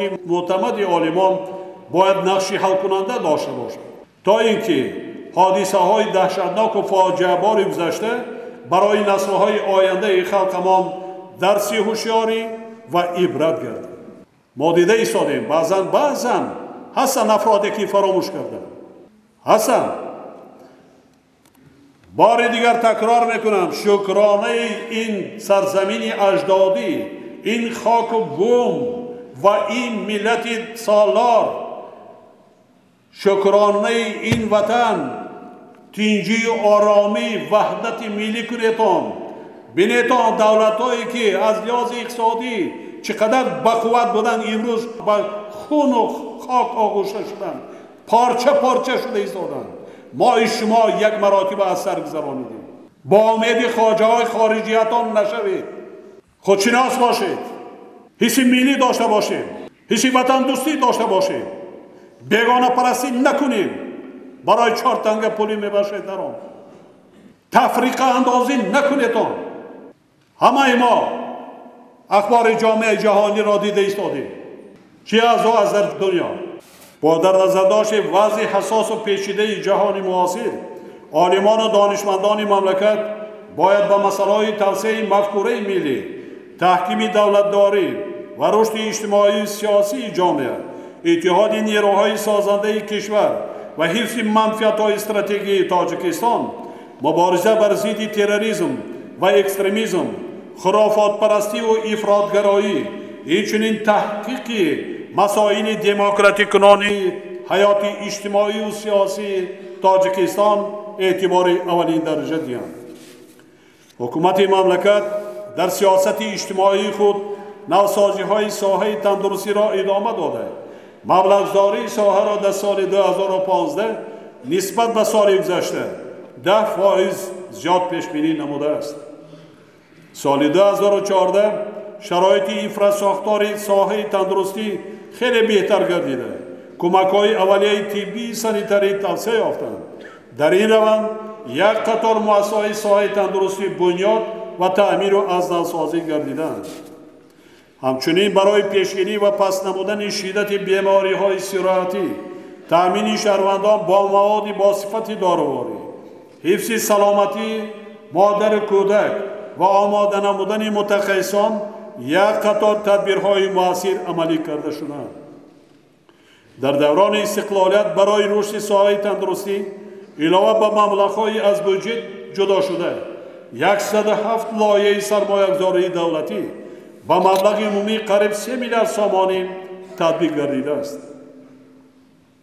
حالا در ساحه تندرستی و حفظ اجتماعی اهالی کشور علاوه به مبلغ‌های بودجه‌ای تطبیق 38 لایحه با مبلغ 570 میلیون سامانی ادامه دارد. چاره‌های ذکر شده از جمله وارد نمودن تجهیزات معاصر و تکنولوژی‌های زمانوی باعث بهتر شدن صفت تشخیص، معاینه و طبابت بیماران گردیدند. نتیجه همین است که امروز با کشورهای خارجی برای طبابت رفتن شهروندان ما خیلی کم شده است. با وجود این باید گفت که تمام تأمین مؤسسه‌های تندرستی با کادرهای بلند اختصاص، سطح دانش کسبی ختم کنندگان مؤسسه‌های تحصیلات عالی و میانه طبی از جمله دایر به استفاده تجهیزات حاضر زمان طبی و تشخیص طبابت یک قطار بیماری‌ها بهبودی را تقاضا می‌کند. طرز کار کردن در کار که از پرزیدنت کشور، وزیر تندرستی، اعضای حکومت، وکیلان محترم ما در خودی که داخل کشور طبابت کنند، نه به خارج روند.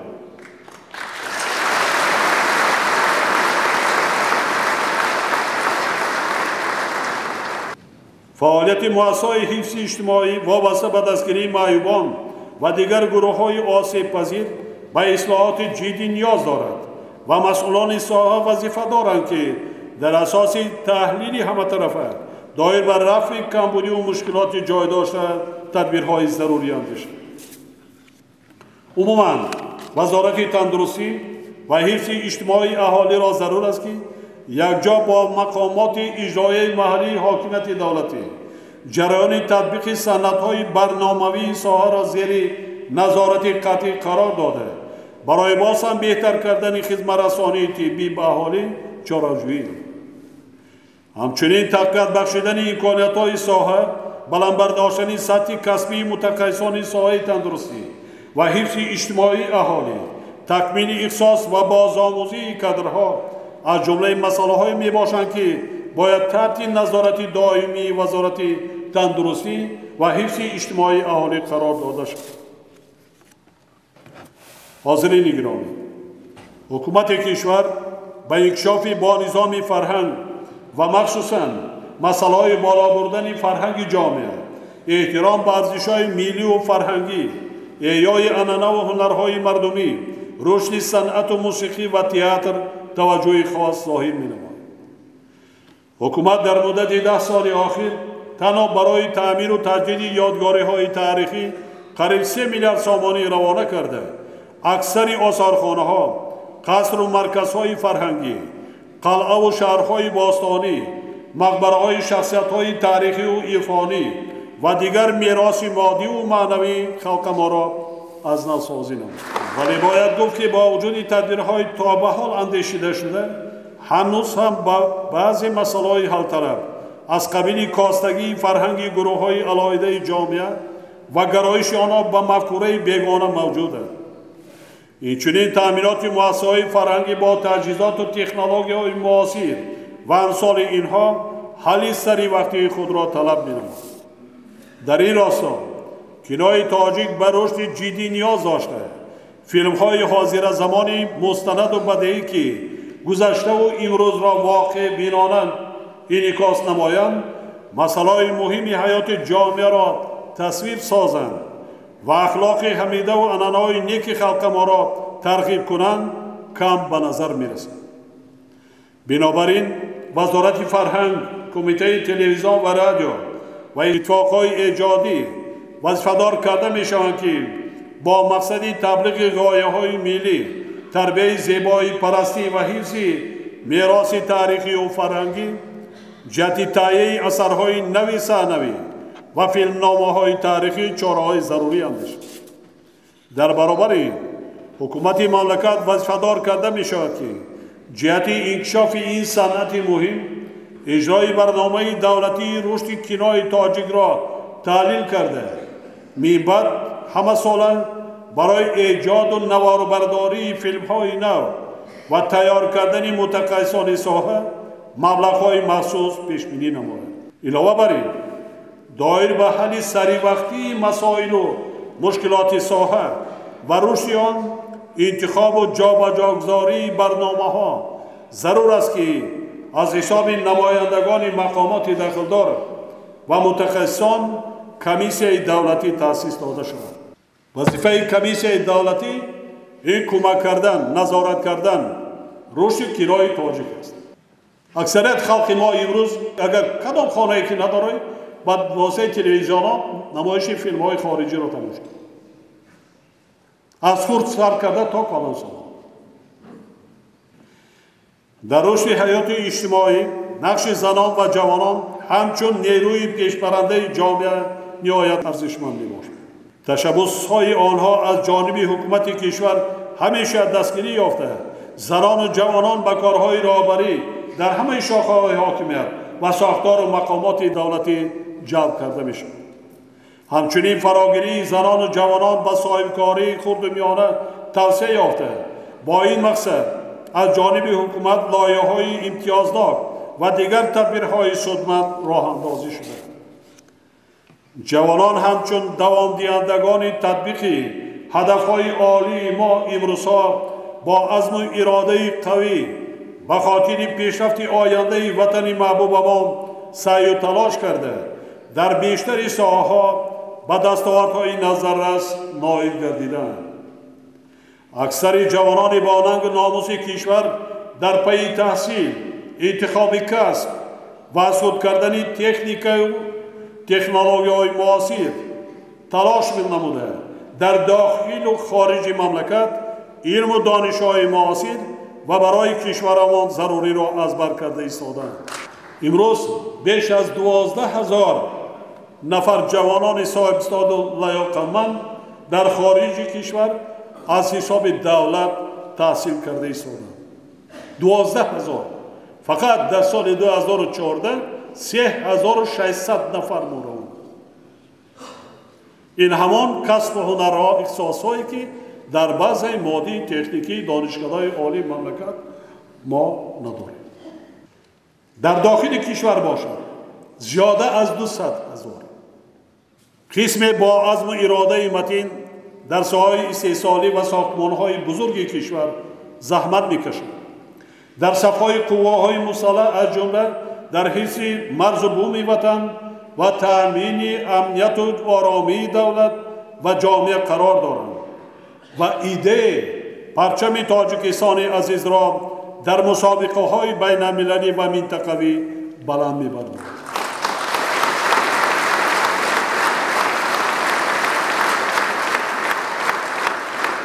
برای رشد سالمی جامعه کشور و جلب نورسان و جوانان به ورزش طی 5 سال اخیر 19 ورزشگاه، 621 میدانچه و 110 تالار ورزشی، 11 حوزه شناوری، 9 مجمع ورزشی ساخته به استفاده داده شده است. اینچنین 2700 میدانچه و 635 تالار ورزشی، 14 حوزه شناوری و 5 مجمع ورزشی تعمیر و از نوسازی گردیده است و صدهای دیگر در قلمرو مملکت امروز بنیاد کرده شده ایستاده است. و به سبب تاکید می نمایم که با مقصد عاموی گردانی ورزش و تبلیغ و تشویق طرز حیات سالم انشاءات ذکر شده ورزشی در حالت خوب نگاه داشته ثمرناک و مقصدناک استفاده برده شد. حکومت غمخواری را نسبت به نوسان و جوانان منبع نیز ادامه بخشیده به این نیروی توانای کشور که مرز و بوم تاجیکستان را حمایت می‌کند کشور را آباد و زیبا می‌گرداند و نام وطن اجدادی را باز هم بلند می‌بردارد همیشه تکیه می‌نماید. حکومت کشور به زنان و بانوان احترام خاص ظاهر می‌نماید و در یک چند برنامه دولتی استراتژی و کنسپسی‌ها ها دورنمای فعالیت زنان و نقش آنها را در مقام رهبری، تحکیم دولتداری، سالمی جامعه و پایداری و استواری عائله تاکید نموده است. ما این سیاست را در آینده نیز دوام داده زنان را همچون چراغ عائله، نیروی سازنده جامعه و حمایتگر و ادامه بخشی بهترین عنعنه‌های ملی دستگیری می‌نماییم و در ساختار و مقامات دولتی صف آنها را بیشتر می‌گردانیم.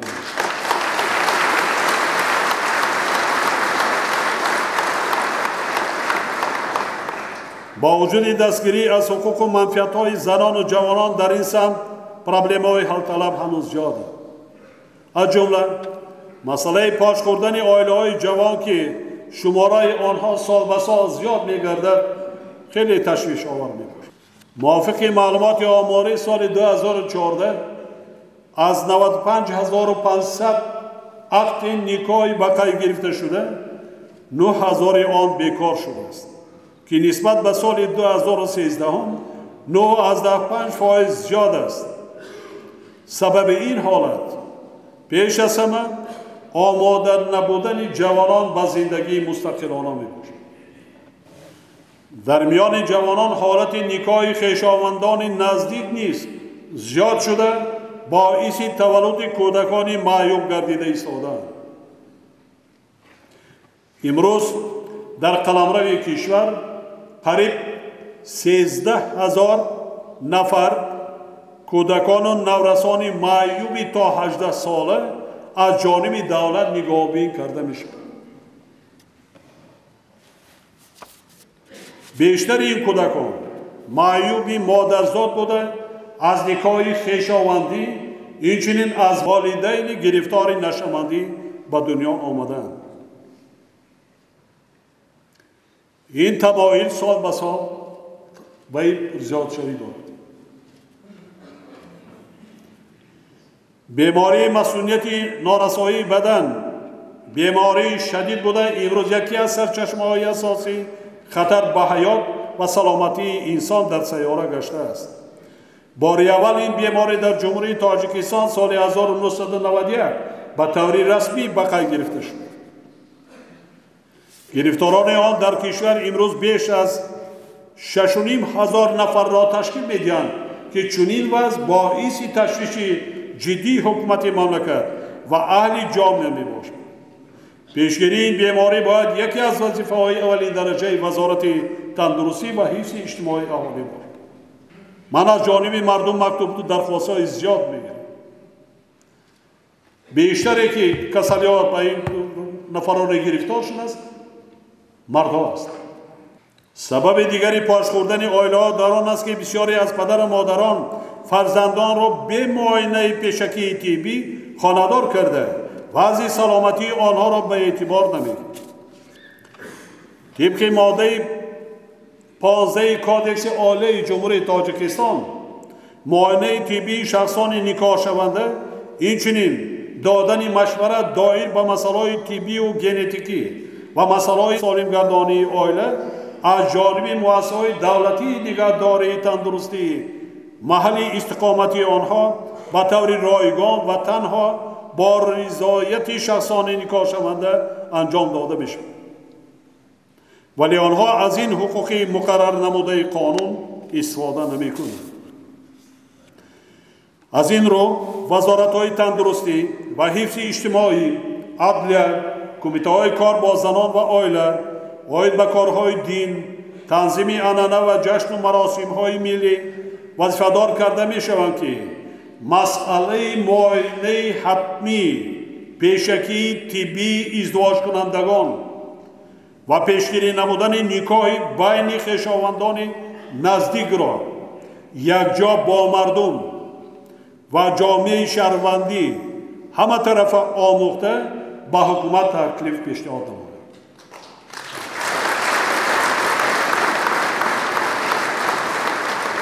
تأکید میکنم با مردم همه طرف آموختن.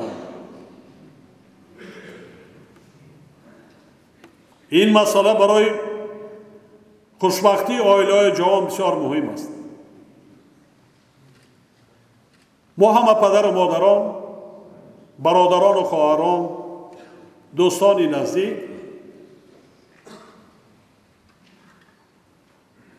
با جوانانی که عائله نو برپا میکنند فرزندان خود همه وقت دعای نیک میکنیم.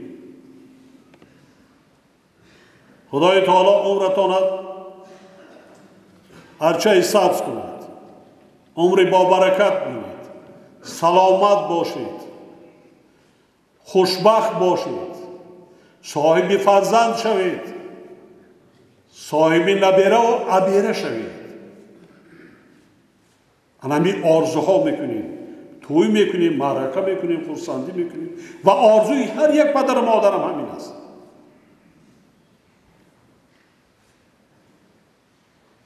لیکن بیایتان همین را در اصل کنیم.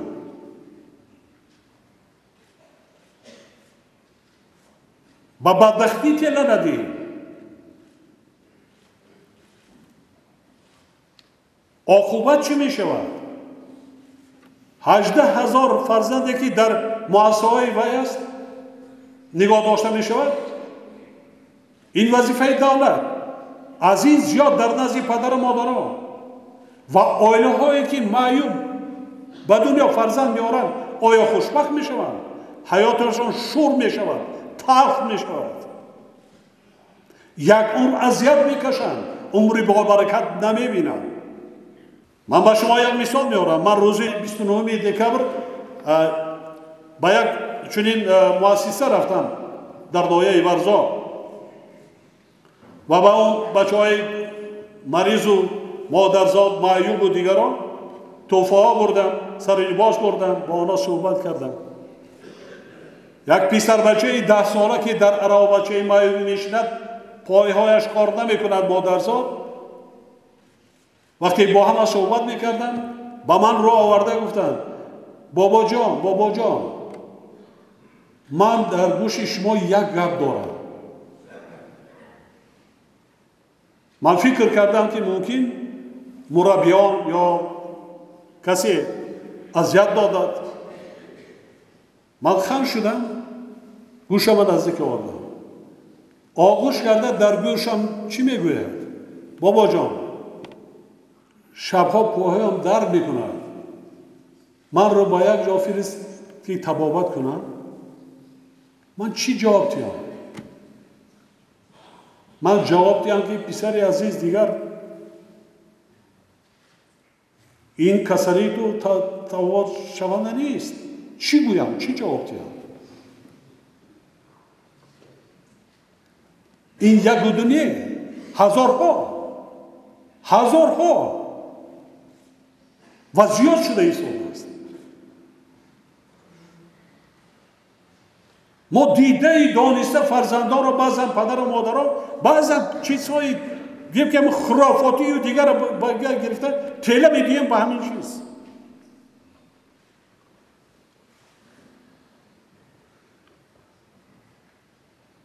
این پروبلم با مردم کار کرده بود. من در سفرهای زیاد داشتم، در یک کشور عربی بودم و صحبت داشتیم با یکی از اعضای حکومت دیگر صحبت داشتیم. آنها بسیار تاریخ دولت خود را به من نقل کرده دادند.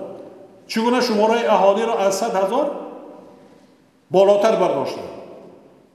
وقتی با یک دیگر در یک دولت که خانه‌دار شدن خویشاوندان نزدیک شد، ملت از بین رفت و قرار قبول کرده که ازدواج کردن از دیگر کشورهای مسلمانی اجازت داره که تا نسل را نگاه داره، سالمی نسل را نگاه داره. حالا شماره شد قریب 1.5 میلیون از 100,000. اما در جای همه آرزو امیدها را میکنیم چگم توکل برای شما. این پروبلم من میدارم در یک شهر تا 300 معیوب تولد شده است. 300 در یک خانه 3-4 معیوب تولد شده است. چگونه عمری با برکت میبیند؟ چگونه از جهت روحی روانی همه عائله خوشبخت میشود؟ پیش راهش گرفتن ممکن؟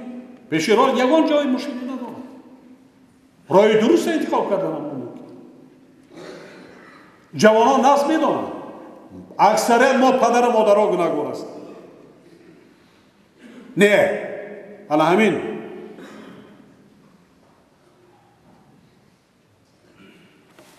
اینا با مردم نصیحت کنید.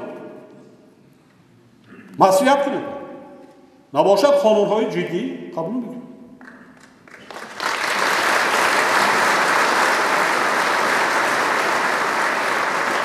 باید گفت که مسئله معرفت عائله‌داری، بلندبرداشتن مسئولیت پدر و مادر در تعلیم و تربیت فرزند، آماده کردن فرزندان به حیات مستقلانه و پایداری عائله از جمله پروبلم‌هایی میباشند که دقت دائمی تمام مقامات دولتی، مؤسسات تحصیلاتی و کل اعضای جامعه را تقاضا می‌کند.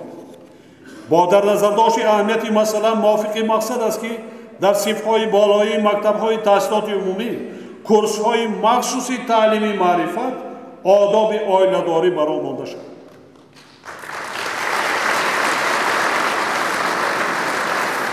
تعلیم تیم مکتبات قریب 60% زیاد امروز آموزگاران معلمان هستند، بانوان هستند. مخصوصا با دختران میشوند شرایط کاری نوشتگی نیست، فقط ضبط داشتن در کار، خواهش دادن در کار میکنند. بسیاری هم میگن، حتی من هم سوال میتونم، بعضا کلمه هایی هست که در کتاب ما شرح میکنیم با مکتب بچه ها وای کنیم، در مکتب وای در کتاب هست، لیکن در اینترنت وایش بین تلفن چی گپا فرزند از گپ نمیزنه، از اون نمیدونه. خوبش فهمون، سیاه رو از سفید فهمون. پسرم دخترم من این کار خوب نیست، من این راه درستش این است.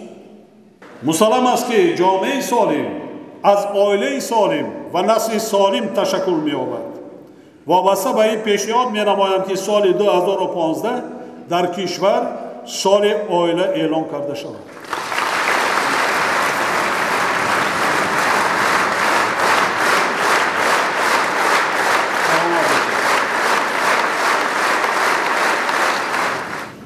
ҳамватанони азиз, 1 марти соли ҷорӣ дар кишварамон маъракаи муҳими сиёсӣ, интихоботи маҷлиси олӣ, маҷлисҳои маҳаллӣ ва ҷамоатҳо баргузор мегардад. ин чорабинии сиёсӣ бояд дар доираи талаботи Конститутсияи Ҷумҳурии Тоҷикистон қонунҳои амалкунанда дар сатҳи баланди ташкилӣ ва маърифати ҳуқуқӣ шаффофу озод ба таври демократӣ ва бо иштироки фаъолонаи интихобкунандагон доир гардад. сохторҳое ки ба баргузории ин чорабинӣ масъуланд бояд ба ҳамаи ҳизбҳои сиёсӣ дар интихобот ширкат кунанда ва ба номзадҳои пешбаришуда шароити баробар муҳайё созад. интихоботи навбатӣ бояд ба омили муттаҳидкунандаи халқи Тоҷикистон, таҳкими сулҳу субот, ваҳдати миллию сарҷамъии мардуми кишвар ва болоравии эътибору обрӯи давлати мо дар арсаи ҷаҳонӣ гардад. ман бори дигар хотирнишон менамоям ки ҳамаи мо барои фардои давлату миллат, сулҳу субот, ваҳдати миллӣ, хулоса барои ояндаи осудаи Тоҷикистон масъулият дорем.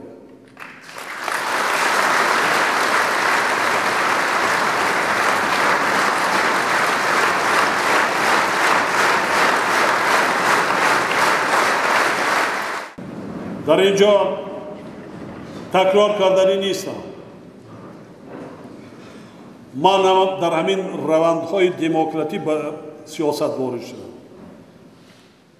дар ҷамъомади 20-солагии ҷашни 20-солагии Конститутсия ман баъзан фикрҳои худро гуфта будам. чӣ гуна ман вакил интихоб шудам. марҳамат. озодие ки ҳоло ҳаст гирето ташаббус доред. ба мардум дурӯғ гуфтан дар кор нест. ҳадаф чӣ аст? фаҳмон? мардумро фиреб додамо дар кор нест. ҳамун солҳои ҷанги шаҳрвандӣ фиреб карда овардем, майдонҳоро пур кардем, ба оқибат ба чӣ расид?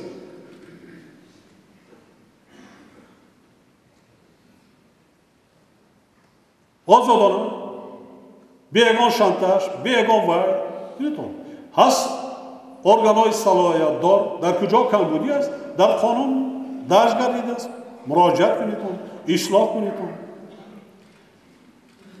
мо мардуми Тоҷикистон, ин миллату ин сарзамину ин хока аз даруни ҷангу хуну халаб берун бароварда миллата сарҷамъ кардагем. мои шумо ина фаромӯш кардан мо дар кор нест.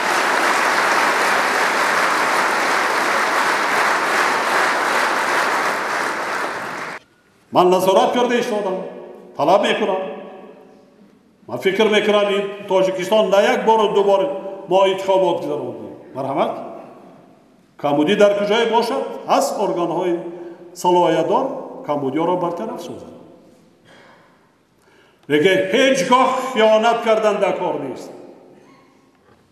такя ба ҳамин миллат кунед. такя ба ҳамин сарзамини аҷдодӣ кунед. ҷойнамозе ки партофтен, намоз хонден рӯ ба қибла, фотиҳаро дар ҳаққи ҳамин миллат ҳамин сарзамин кунед. шона дигар нагиред.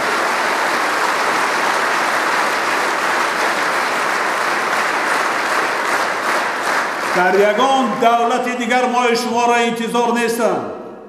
онҳое ки соли ҷанги шаҳрвандӣ фирорӣ буданд медонанд. шаҳди ғарибиро чашиданд. ман инро огоҳ карда истодам. давлат омода аст. вазифаи давлат таъмин кардани амният, тартиботи ҷамъиятӣ. ман бовари комил дорам. мардуми мо аллакай сатҳи маърифати ҳуқуқиш хеле пешрафта аст. ҳамаи ҳизбу созмонҳое ки ҳаст хеле ҷавон ҳастем. оно хеле ҷавон ҳастем. акнун ташаккул ёфта истодем. дар дунё ҳизбҳое ҳаст ки қариб 100-200 сол фаъолият мекунад. баъзан камбудиҳо содир буд. муҳаммаги 10 сол нашудааст, 15 сол нашудааст, 5 сол нашудааст. бекамбудӣ нестем. با احساسات داده شدن در کار نیست. با امید خواجه‌های خارجی نشوید که در همان بالای علاب بنزین و کراسین هم می‌ریخته، یکم از همین وطن گرفته می‌رود. ما شما باید بمانیم. رسما آگاه کرده است. ما چه شدیم همه مصلحت‌ها را داشتیم. محترم اعضای مجلس ملی و وکیلان مجلس نمایندگان، مقامات قانونگذار کشور، مجلس ملی و مجلس نمایندگان سوبیکت‌های تشبث قانونگذاری همه ساله برای رشد قانونگذاری کارهای خوب و باثمر انجام می‌دهند و قابل ذکر است که فعالیت اعضای مجلس ملی و وکیلان مجلس نمایندگان در 5 سال اخیر خیلی نظر است. در برابر این میخواهم به همه وکیلانی که طی 5 سال در مجلس عالی زحمت کشیده در قبول قانونها و دیگر سندهای مهم دولتی فعالانه اشتراک نمودند اظهار سپاس نمایم.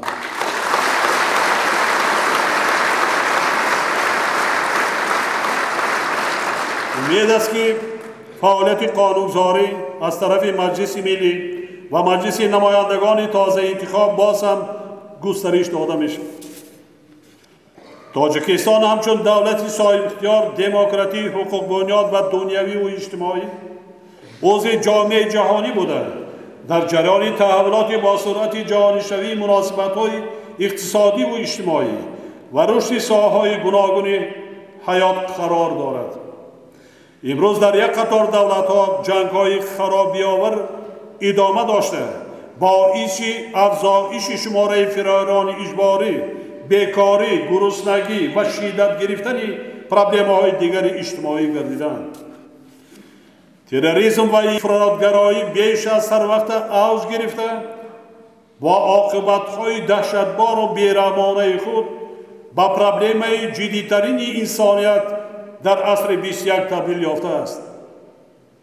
بنابراین رهبریت مقامات حفظ حقوق و ساختارهای نظامی مملکت را ضرور است که در سمت مبارزه بر ضد تروریسم، افراطگرایی، معاملات غیرقانونی واسطه نشدار، تأمین امنیت دولت و جامعه، بلند برداشتن اقتدار مدافعی مملکت و حفظ با اعتماد سرحدی دولتی، اینچنین آماده باشی جنگی قوای مسلح تدبیرهای علاوگی اندیشند.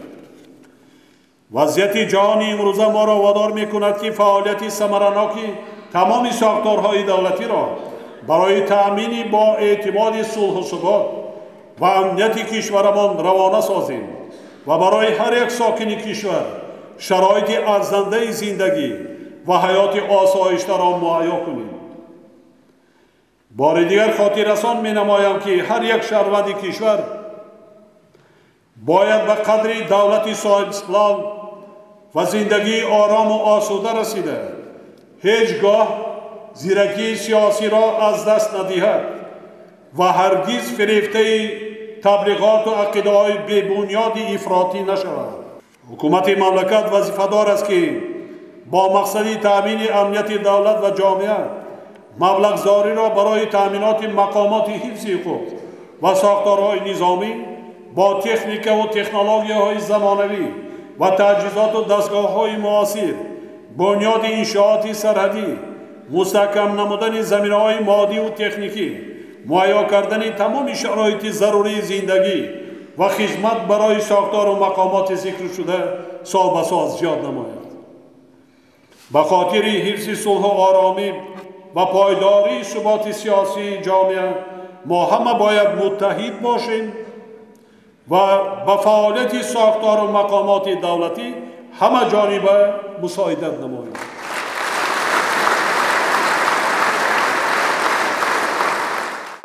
دولت هست، ساختارهای جمعیتی هم میشود، تشکیلاتهای جمعیتی هم میشود، حزب‌های سیاسی هم میشود.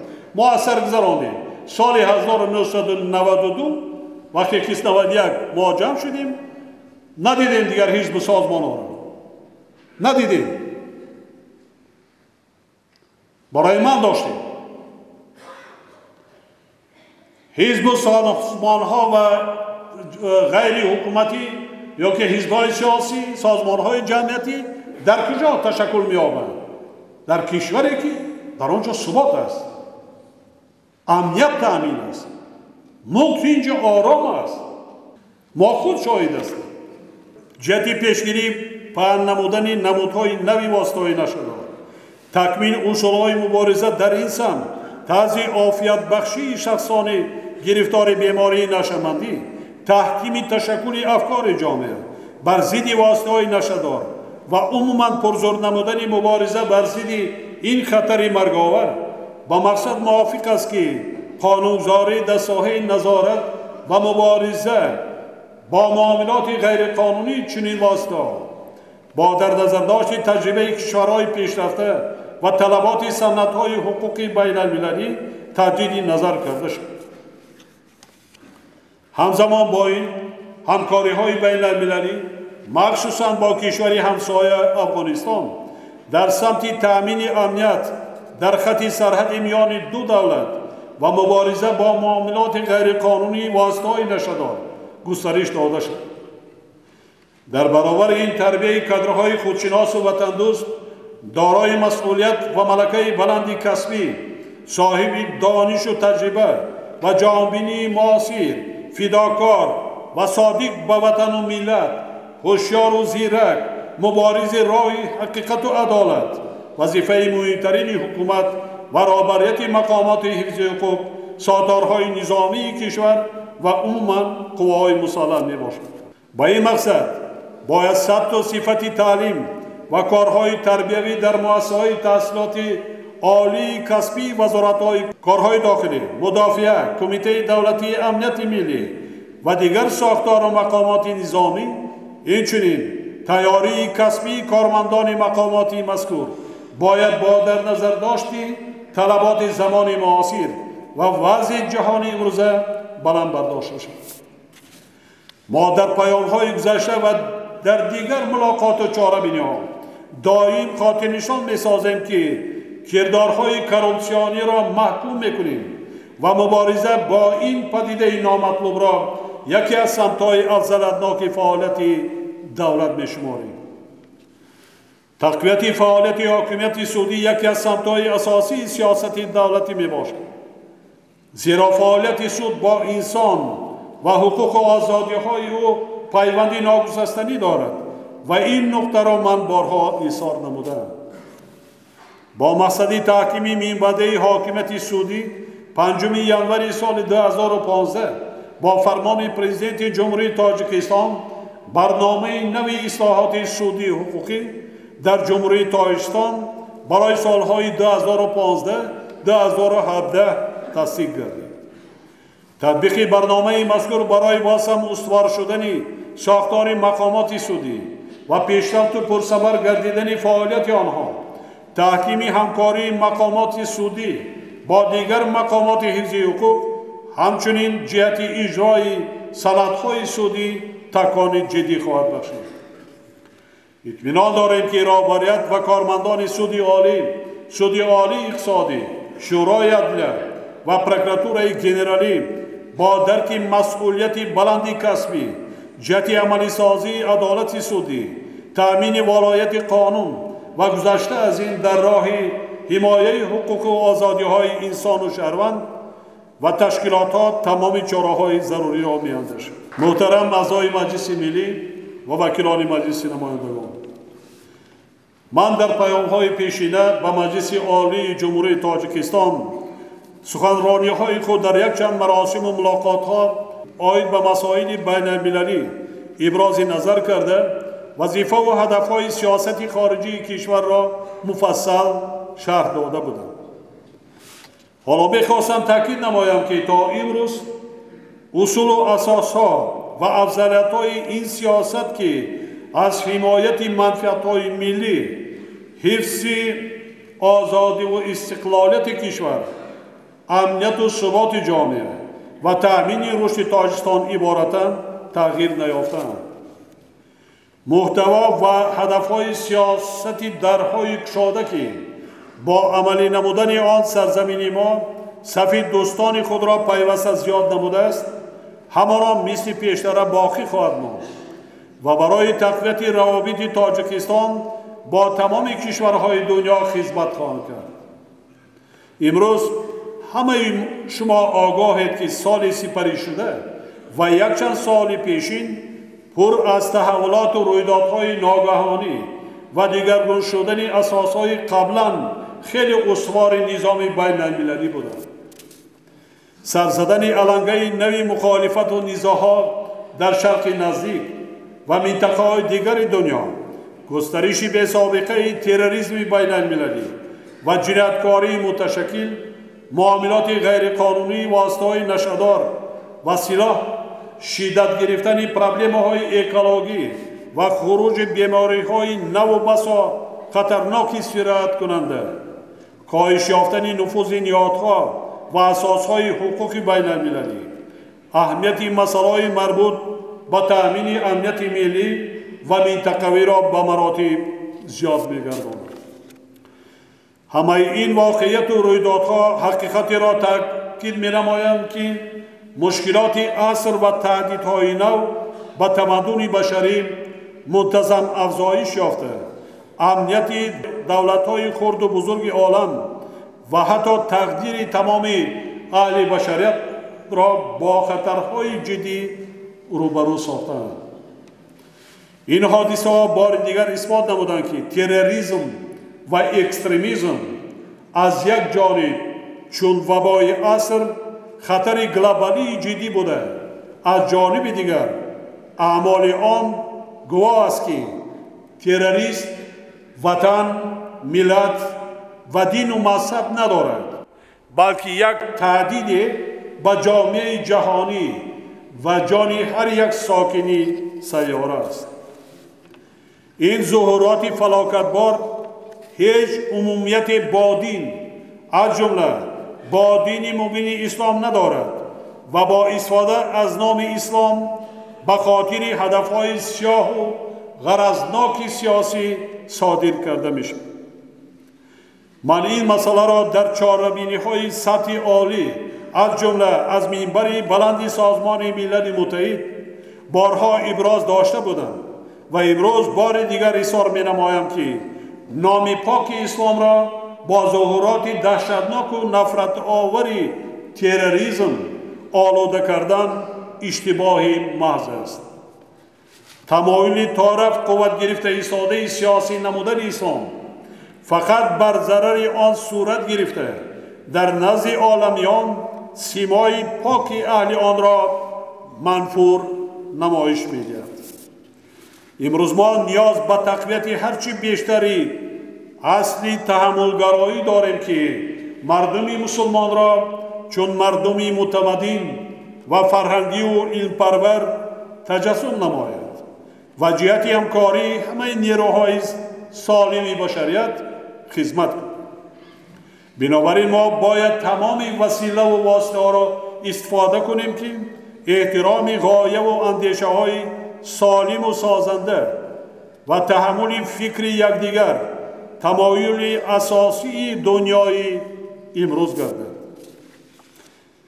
ولی چنین به نظر می رسد که سیاست دوگانه، شدت بی سابقه مبارزه گیاسیاسی بخصوص برای دستیابی به ذخیره‌های حیاتی و استراتژی و تأمین نظارت از بالای منطقه‌های مهم گیاستراتژی پدیده از همه خطرناک سالهای آخر می باشد.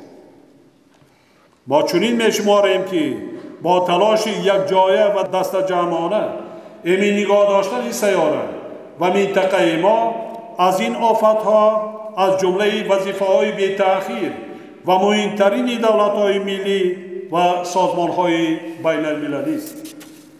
این وضع از همه ما تطبیق سیاستی سنجیده و متوازن را تقاضا می‌کند تا که کشورهای ما به عرصه بی‌ثباتی تبدیل نگردد.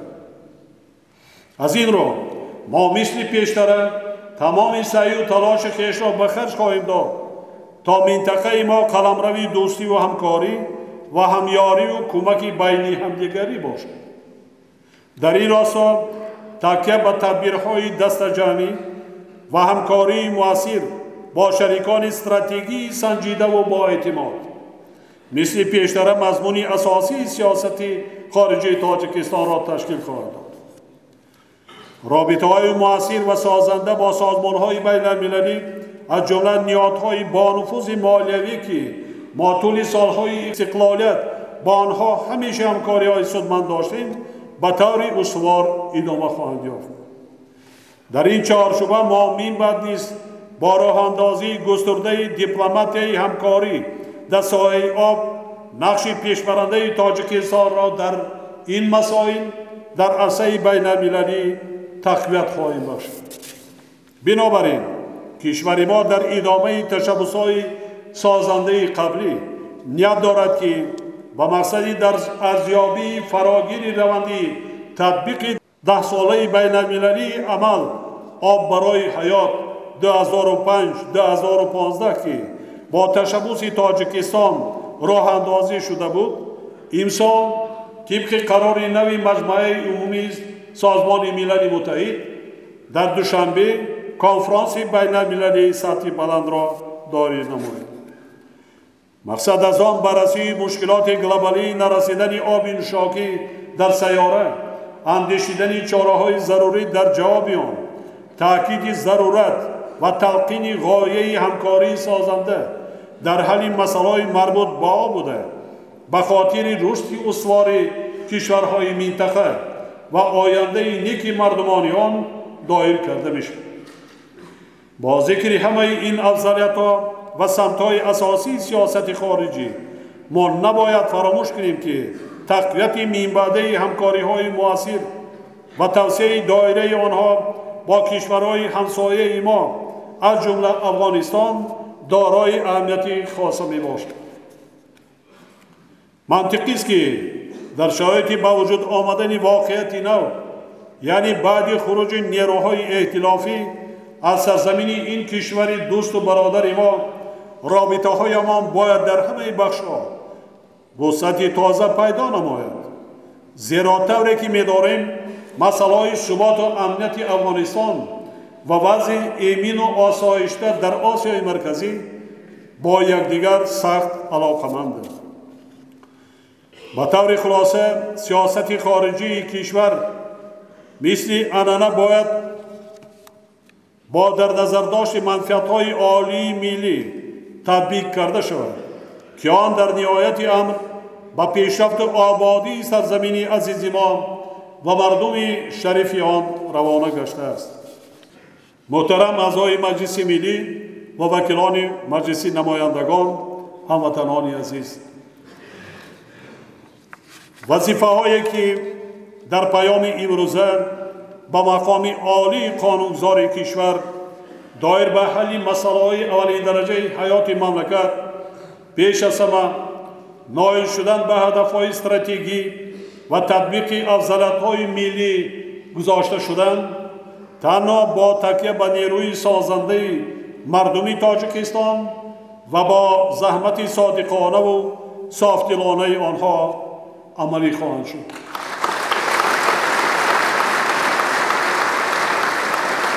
در مجموع وظیفه‌های سال جاری ما را وادار می‌کنند که جهت در سطح استوار نگاه داشتن نشاندهنده‌های اقتصادی از جمله تحت نظارت دائمی قرار دادن وضع مالیوی، دستگیری مال استحصال کنندگان وطنی، رشد ساحل‌کاری خرد و میانه، تشکیل جایهای نوی کاری، هرچی بیشتر تامین کردن اهالی با مالهای نیاز اول، حل سری وقتی مشکلات مردم، اینچنین دایر به پیشگیری تهدید و خطرهای جهانی معاصر چاره‌های مشخص و سری وقتی اندیش. باور دارم که ما یک جا با خلق شریف و سربلندمان امسال و سالهای منبعد نیست به خاطر رشد باثبات اقتصادی و اجتماعی دولتمان، تحکیم وحدت ملی و فراهم آوردن شرایط مساعد برای زندگی شایسته خلقمان جهد و تلاش بیشتر نموده تاجیکستان عزیزمان را در عرصه عالم به طور سزاوار معرفی می‌کنیم.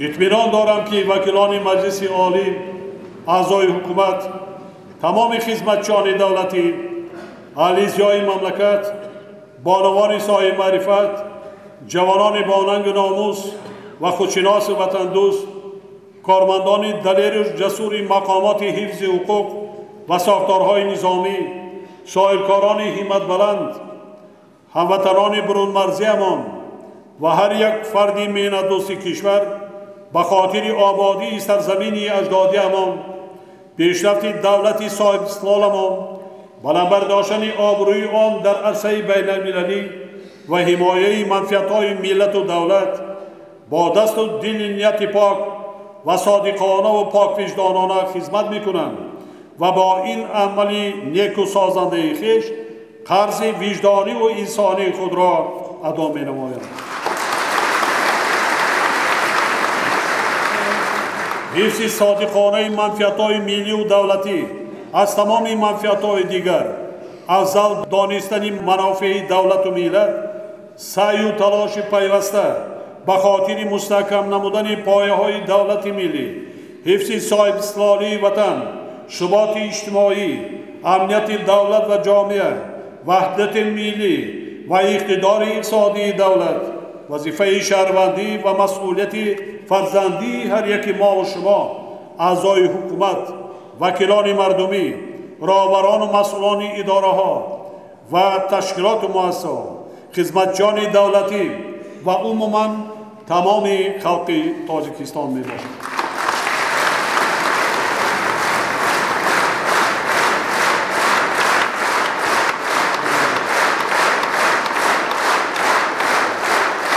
ما می داریم که در زندگی جامعه ما و حیات خلقمان هنوز مشکلات و مسائل زیادی حل طلب موجودند. لیکن من با عزم و اراده مستحکم، نیت نیک و خرد ازلی مردم سالار و سربلند تاجیک، اطمینان کامل دارم که دلپرانه اصرار می نمایم که همه ما در سالهای نزدیک مشکلات موجوده را برطرف کرده تاجیکستان محبوبمان را به یک کشور آباد و پیشرفته تبدیل می‌دهیم و برای زندگی شایسته ساکنان شرایط مساعد فراهم می‌سازیم. ما باید وطن خود را صدقاً و برابر جان خویش دوست داریم، وطن دوست و میهن پرست واقعی باشیم، شکرانه نعمت بزرگترین و مقدس انسانی یعنی صاحب وطنی و آزادی را بجا آوریم. برای حمایت سرزمین اجدادی همیشه آماده باشیم. به خاطر پیشرفت و آبادی دولت صاحب استقلالمان و روزگار آسوده و آرام هر یک خاندان کشور عزیزمان شب و روز زحمت کشیم.